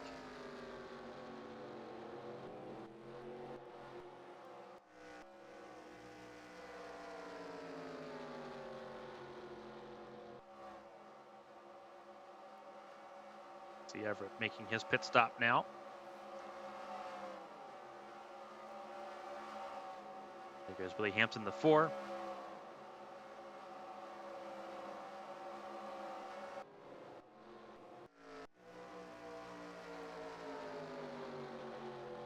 And everyone rolls through.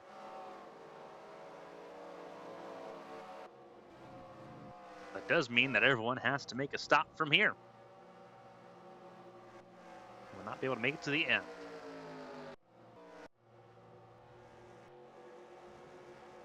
And that is very interesting, seeing that all play out here.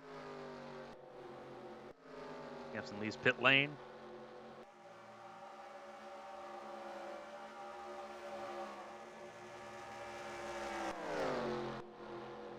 Right in the top 5. But the top 5 largely fragmented here. You got 3rd and 4th, Acevedo and Troy Lawrence. They're together, trying to catch up to Cole Tucker. McKinney doesn't have such help.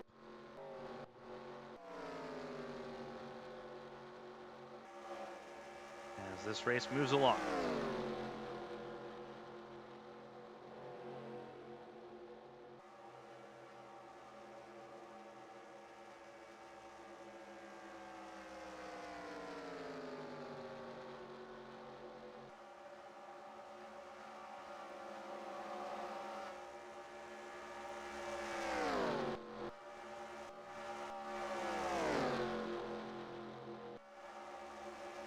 Victor Espinoza, Ron Regal in the top 10 as well. Dan Jones leads the top 10 just barely ahead of Clyde Elliott in 11th. Matthew Germain 12th.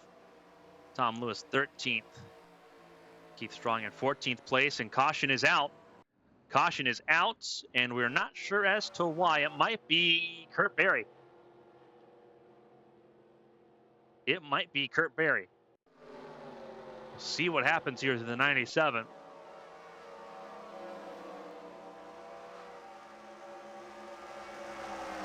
Did he come to a stop on the racetrack? We'll find out. He 100% did. 100% did.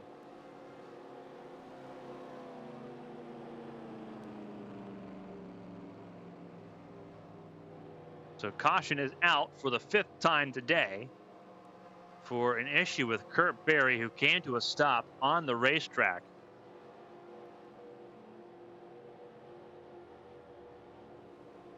And yeah, came to a complete stop on the racetrack here. Looks like they did get him refired and going again.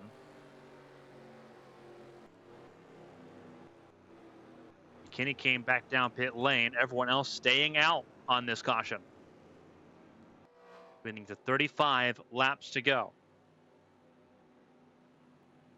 So McKinney will run near the back of the field. Tom Lewis coming down pit lane as well. Tim Burton coming down pit lane. Martin Washington down pit lane. So not many takers on this caution. Everyone thinks that this caution will get them good to the end on fuel. Remember, every lap of caution saves you 2 laps of fuel under green flag conditions. That's the general rule of thumb regarding fuel saving under caution. So we'll see if that plays out that way. It will be Cole Tucker that leads the field to green ahead of Troy Lawrence, John Acevedo, Sean Drayden, and David Walton. And with that, we will step aside for a commercial break. What could be the very last of the broadcast here in Daytona. Don't go anywhere. 42nd Daytona 500 will approach its final laps here after this.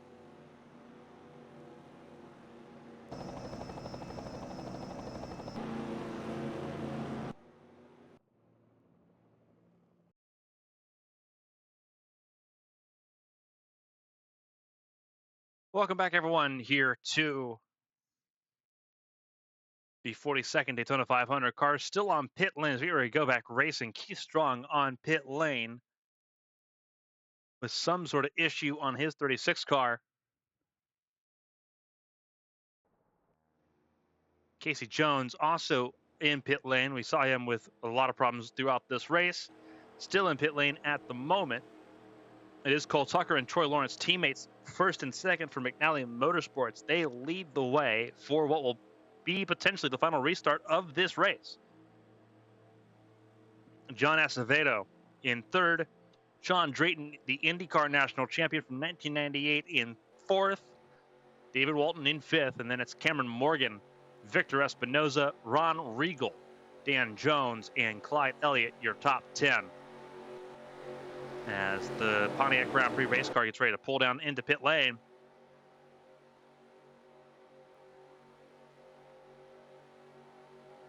The green flag will fly here. Fifth restart of the race.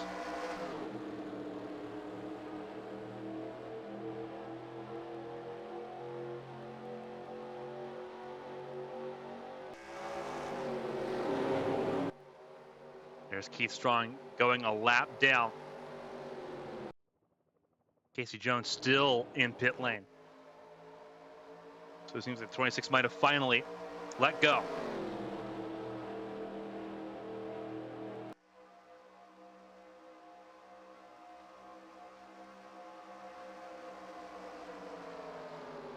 Leaders unobstructed here as they enter turn 3.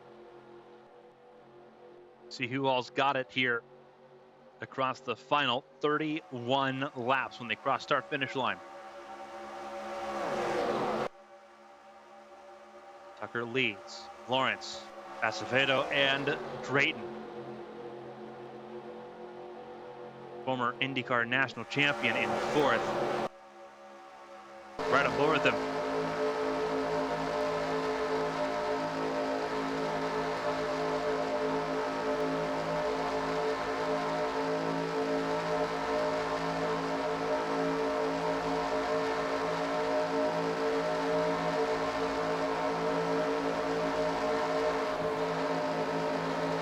Chevrolets, 2 Pontiacs in the top 4.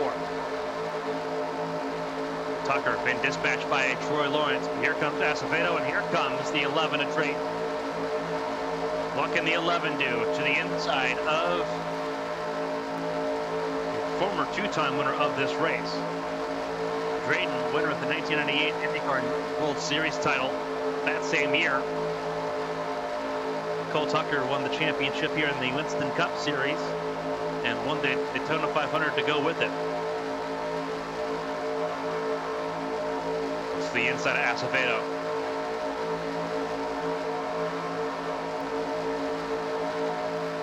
Coach Parsons racing a relatively new team to the fold.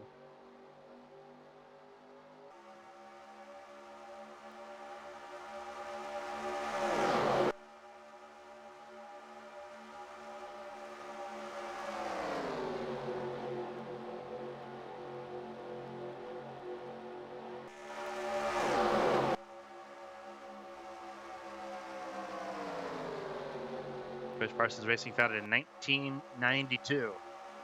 His debut in the Cup Series in 1995. Sixth season, expanded up to 4 full-time cars and a part-time car for Solomon Reed, while he could test the Busch Grand National Series as well. Here comes David Walton to try to mix things up here. Chevrolet is at the front. Here comes a Ford of Ron Regal. For Richard York Racing, trying to make some inroads here. It is a madhouse here. Casey Jones still on pit lane. So this should be pretty uninterrupted. This battle for the win in the 42nd Daytona 500.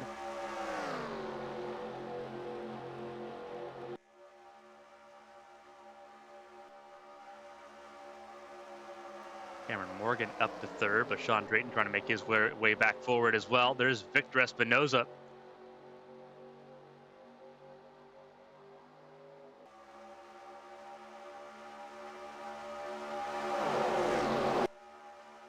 this is playing out is so interesting. Another car in the mix. Kimberly Everett back in the top 20. So is Celeste Sullivan. Tony Newton trying to make his way forward as well. Cole Tucker lost in the shuffle at the moment.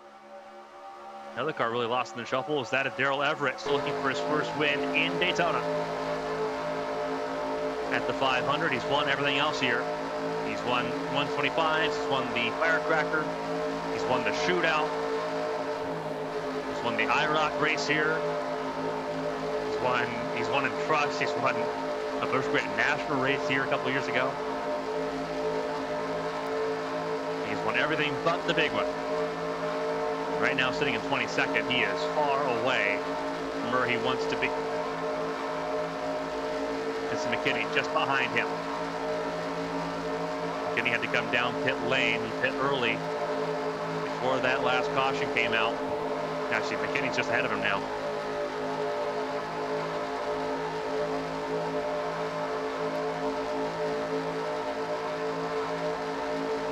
McKinney trying to make his way forward. There's Daryl Everett Jr. running on board with McKinney now.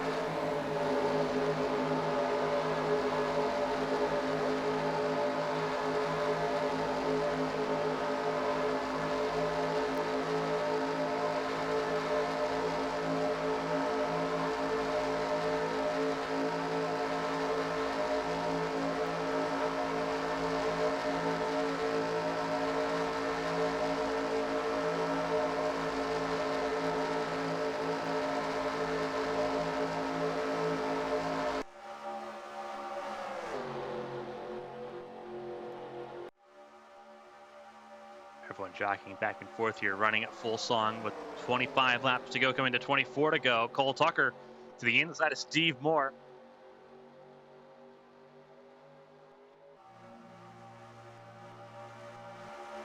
While David Walton leads this race, Sean Drayton in second, Ron Regal in third. 24 to go.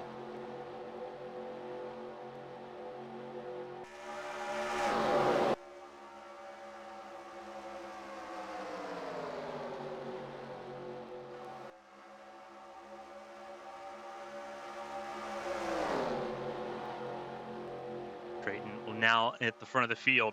See if he can hold on to it here. It'll be a musical chairs situation here. Regal up to second. First time he's been this high up the order all race. Cameron Morgan in third. He's back in the top five.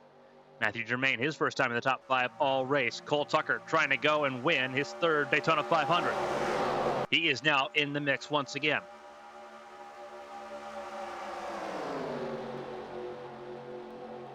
This is a spectacle as the laps continue to tick away. And again, Casey Jones still on the pit lane with less than 25 laps to go. Him being in pit lane means that we right now have a pretty clear shot to see how this battle plays out. It is Drayton leading in that Pontiac for Coach Parsons Racing, looking for their first win in the Daytona 500 in their sixth attempt.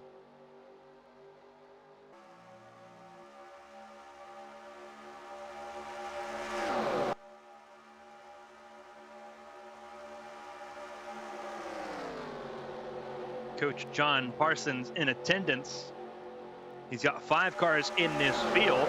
Sean Drayton right now looking like the strongest of the bunch. Victor Espinosa's look good. So has Ben Lawrence at points in this race, but right now it is their rookie. And they picked up 2 drivers from the IndyCar World Series to be rookies this year, Tony Newton and Sean Drayton. And right now it is Drayton that looks absolutely outstanding right now, leads the way with Regal and Morgan in tow.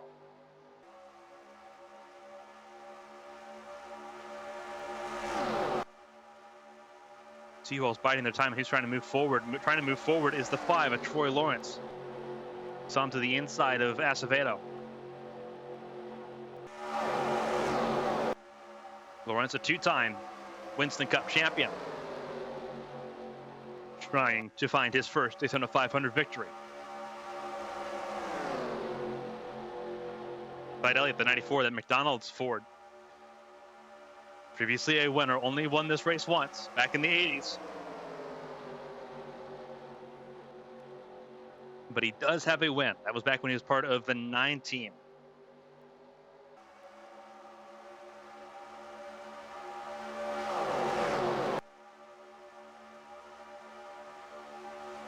Teammates side by side. Lawrence getting ahead of Tucker. Steve Moore in your top 10, just ahead of Celeste Sullivan, who's recovered nicely, has been all over the racetrack here today. Was up near the front, dropped down as low as 39th.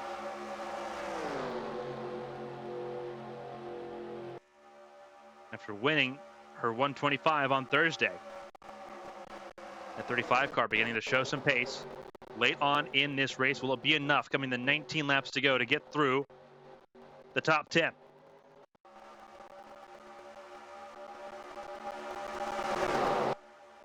Matthew Germain up to second. They've dispatched Ron Regal and Cameron Morgan.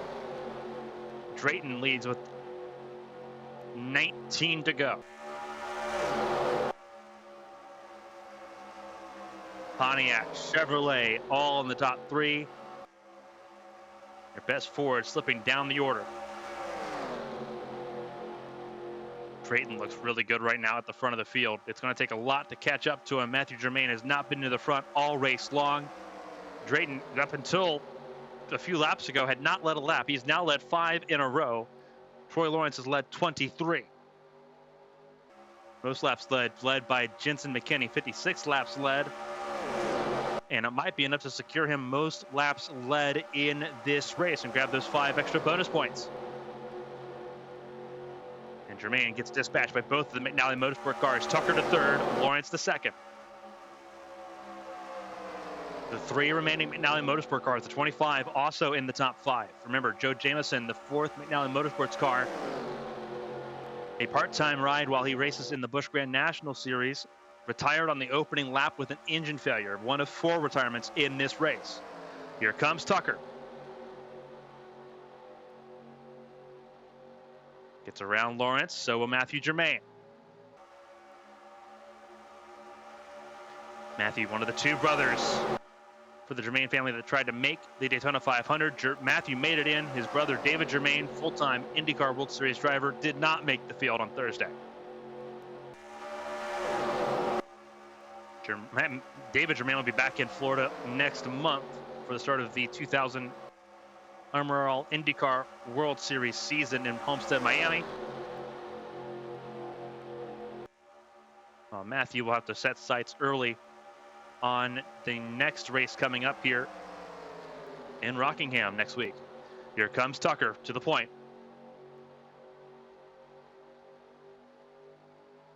Coming to 16 to go.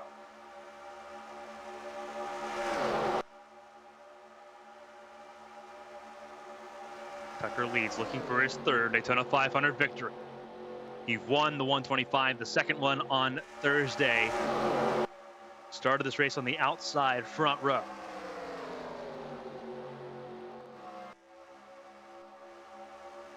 Business is picked up here for the Great American Race. Coming to 15 laps to go when they cross the line next time.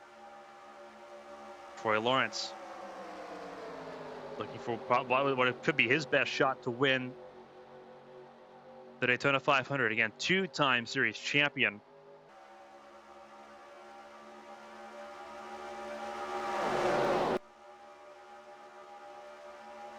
Has never won here, period. Has not won a firecracker, has not won a shootout, has not won a 500. He has never won at Daytona.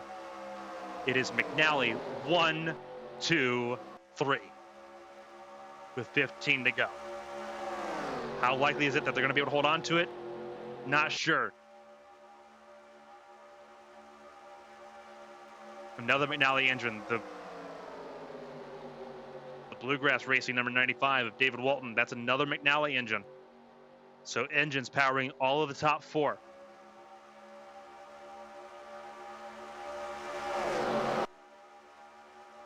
Felix Racing in 5th. They're running an ECR engine. Everett Carver Racing engine. They're in fifth. Steve Moore's led laps in this race as well. He's led 15 laps. Sorry, he's led 7 laps in this race. My apologies. No, he has led 15. I'm looking at those lines completely wrong. He's led 15. Sean Drayton's led 7. David Walton's led 9. Cameron Morgan's not yet led in this race today, and he won't lead if that's to be any indication. Here comes Walton for third, and gets the door shut on him. So Morgan stays in third.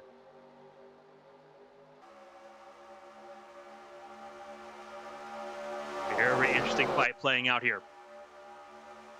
Out of the top 10 falls Drayton. In the top 10 moves Sullivan.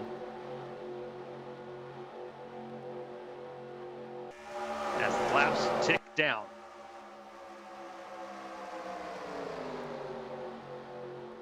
Tucker leads. Troy Lawrence, Cameron Morgan, David Walton, Steve Moore, Clyde Elliott, Celeste Sullivan in 7th, Matthew Germain in 8th, Ron Regal and John Acevedo in the top 10 as things sit. Here we go. Moves into turn 3. Here comes Troy Lawrence. Looking for the race lead, coming to 12 laps to go.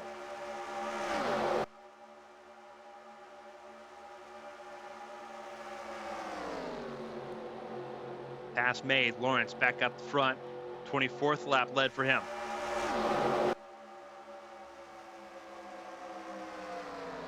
Now, the Motorsport teammates 1, 2, and 3 at the moment. They're going to battle amongst themselves. How hard do you fight? Remember, Tucker has won 2 of these races before. Morgan, this is his 3rd Daytona 500 ever. Troy Lawrence, 2-time champion with no Daytona 500 wins, no wins on the high banks at all.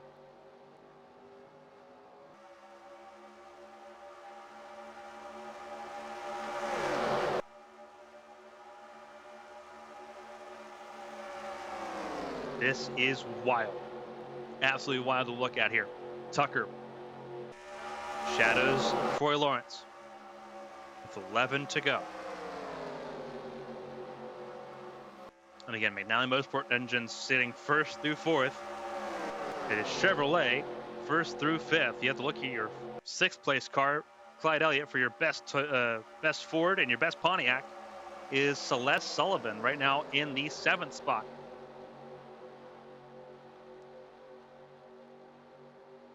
Yeah, so there's a few closers in the top 10 at the moment. We'll see how they play out here, coming to 10 laps to go. 25 miles left in the 42nd Daytona 500 as Cameron Morgan slips backwards here. Dispatched by David Walton, and that's going to move everyone in that top 7 up a spot. Make that top 8. Here comes Matthew Germain. Up to 7th place. Celeste Sullivan in 6th. Clyde Elliott up another spot to 5th. Sean Drayton, who led laps late here, down in 12th place ahead of Kimberly Everett. Here comes Dan Jones on his teammate, Ron Regal. The 2 Fords will duke it out here, and the 88 will dispatch the 28 pretty quickly. That was 49th spot. Cole Tucker been dispatched by Steve Moore. David Walton up to 2nd place. And he's going to go for the race lead with 9 to go. Business has picked up. All 3 McNally Motorsport cars have been moved out of the way. It's still a McNally engine leading. Lawrence has a chance to respond. Steve Moore looking for his 2nd win in the Daytona 500. Last won this race back in 1994. Back when he was driving the number 4 for Buckeye Motorsports. Now we're for Felix Racing, looking for their 1st win in the Great American Race. Can they do it? He's in 3rd right now. Clyde Elliott in 4th. Some more inroads here. Sullivan got passed by Matthew Germain, but lost only 1 spot. Cole Tucker falling back at the worst possible time. It's so hard to make up inroads here.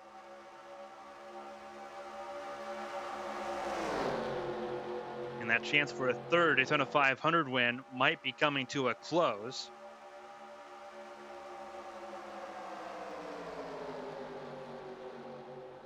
Morgan thought about putting it 3 wide there with his teammate Tucker and Sullivan in the middle. end up thinking better of it.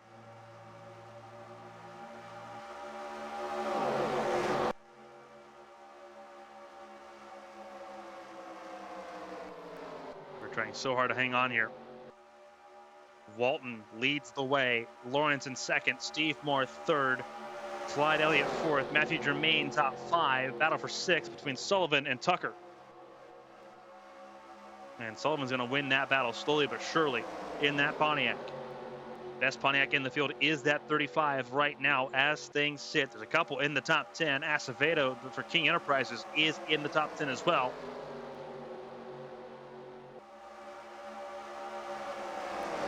Everyone getting ready to go here. It's coming to 6 laps to go. Again, it is still David Walton leading over Troy Lawrence, Steve Moore. And then Clyde Elliott in the 4th spot. Cole Tucker gets back to the inside lane behind Cameron Morgan. See what they can do.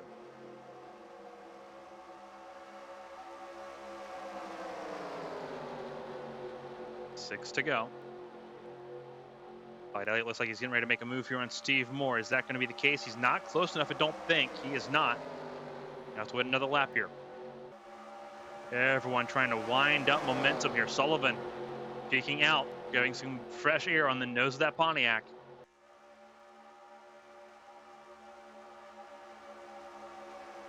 Steve Moore thought about trying to make a move there on Lawrence. Lawrence shut the door. Battles further back. Espinoza being put 3 wide there, and he's going to drop back pretty quickly. Single file in the top 10. Every move could be the last. With 5 to go, Steve Moore peeks to the inside lane. Nothing going there. Trying to gather some momentum. Here he goes. He's taking another look. Door is open. He's going to go for it. Go for second place. Walton, mirror behind him.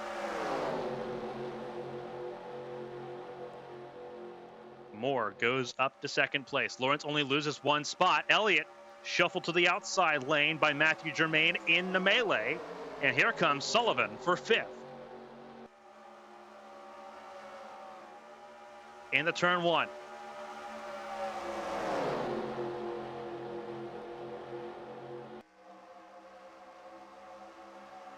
Cameron Morgan going to try to go for 6th place as well and get around the 94. Here comes Lawrence back on the 40. Cars coming up on the lap down train. That is Eddie King and Keith Strong. So lap traffic will be a factor at the end of this race. Coming to 3 to go. How do you navigate it if you're the race leader, if you're David Walton? With 3 laps to go, 7.5 miles to play.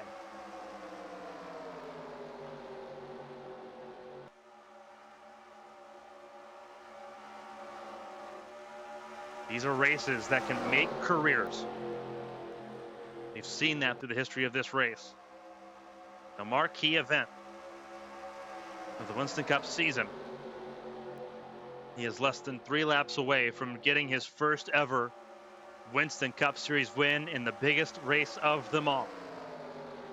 Troy Lawrence second, Matthew Germain in third. The Germain family has won just about everything except for this race. They built the Indianapolis Motor Speedway in the tradition that is the Indianapolis 500, and now they want the Daytona 500 as well. David Walton leads, 2 laps to go. But those Pontiacs are in the way. Sullivan in 4th, behind Germain, 5th Cameron Morgan, 6th Steve Moore. And for the last time, they'll have to navigate some pretty significant traffic as Eddie King sits in the way. Walton picks his line. And here we go. He gets pinned. He gets pinned.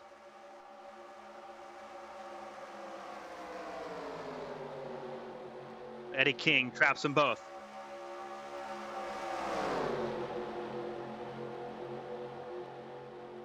That is Matthew Germain second. Sullivan looking for third. Here comes Lawrence. Looks to the inside of the 44, trying to get some advantage to go around, and he will. Germain to second. Sullivan third. White flag is in the air. We're on the last lap.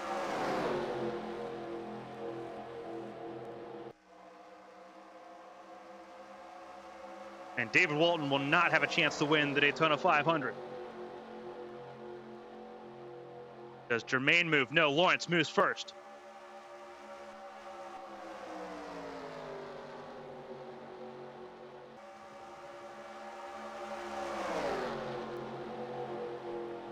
Two-time champion has been winless at Daytona his entire career so far. That changes today. Troy Lawrence, welcome to immortality. He wins the 42nd Daytona 500. Matthew Germain finishes second. And then at 41 for Germain Motorsports, and Celeste Sullivan for Arrowhead Racing finishes third. But it's all eyes on Troy Lawrence, the two-time Winston Cup Series champion, is now a Daytona 500 winner. And McNally Motorsports, for the third time in 4 years, conquers victory lane here in the Great American Race.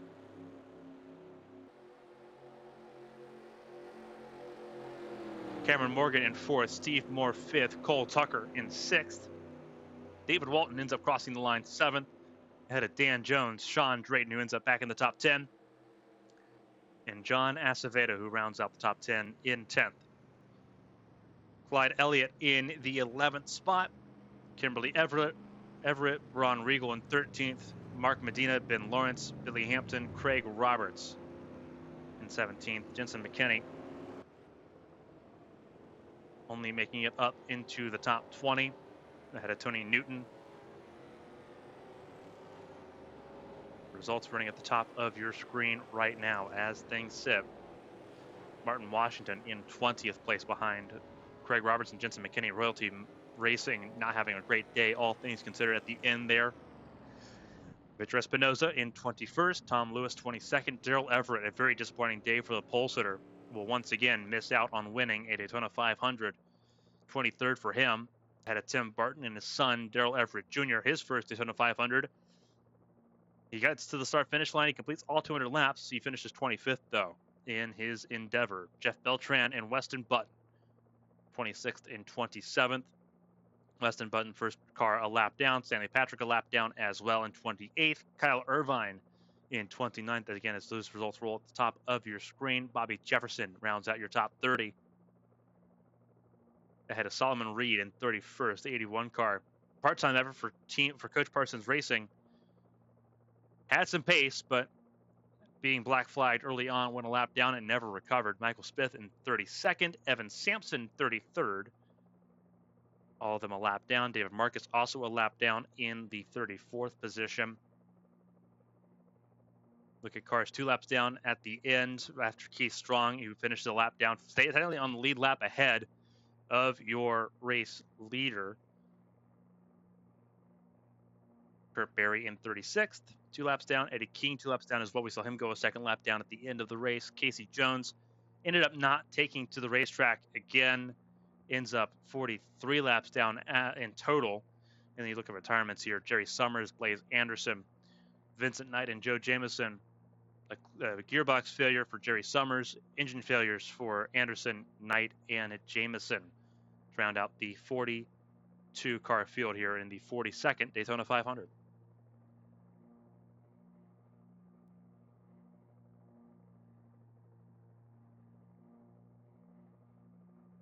Troy Lawrence wins the 42nd Daytona 500, and he will lead the Winston Cup Series points going into Rockingham next Sunday with the Duralube 300. We hope you join us for that race in North Carolina next Sunday. We go live right here at 1 p.m. Eastern Time, 10 a.m. Pacific. Congratulations to McNally Motorsports and Troy Lawrence. The Winston Cup season is underway here. And we say goodbye to Daytona, the Great American Race. And everyone watching, stay safe. And we'll see you next time when we head to Rockingham. So long, everybody.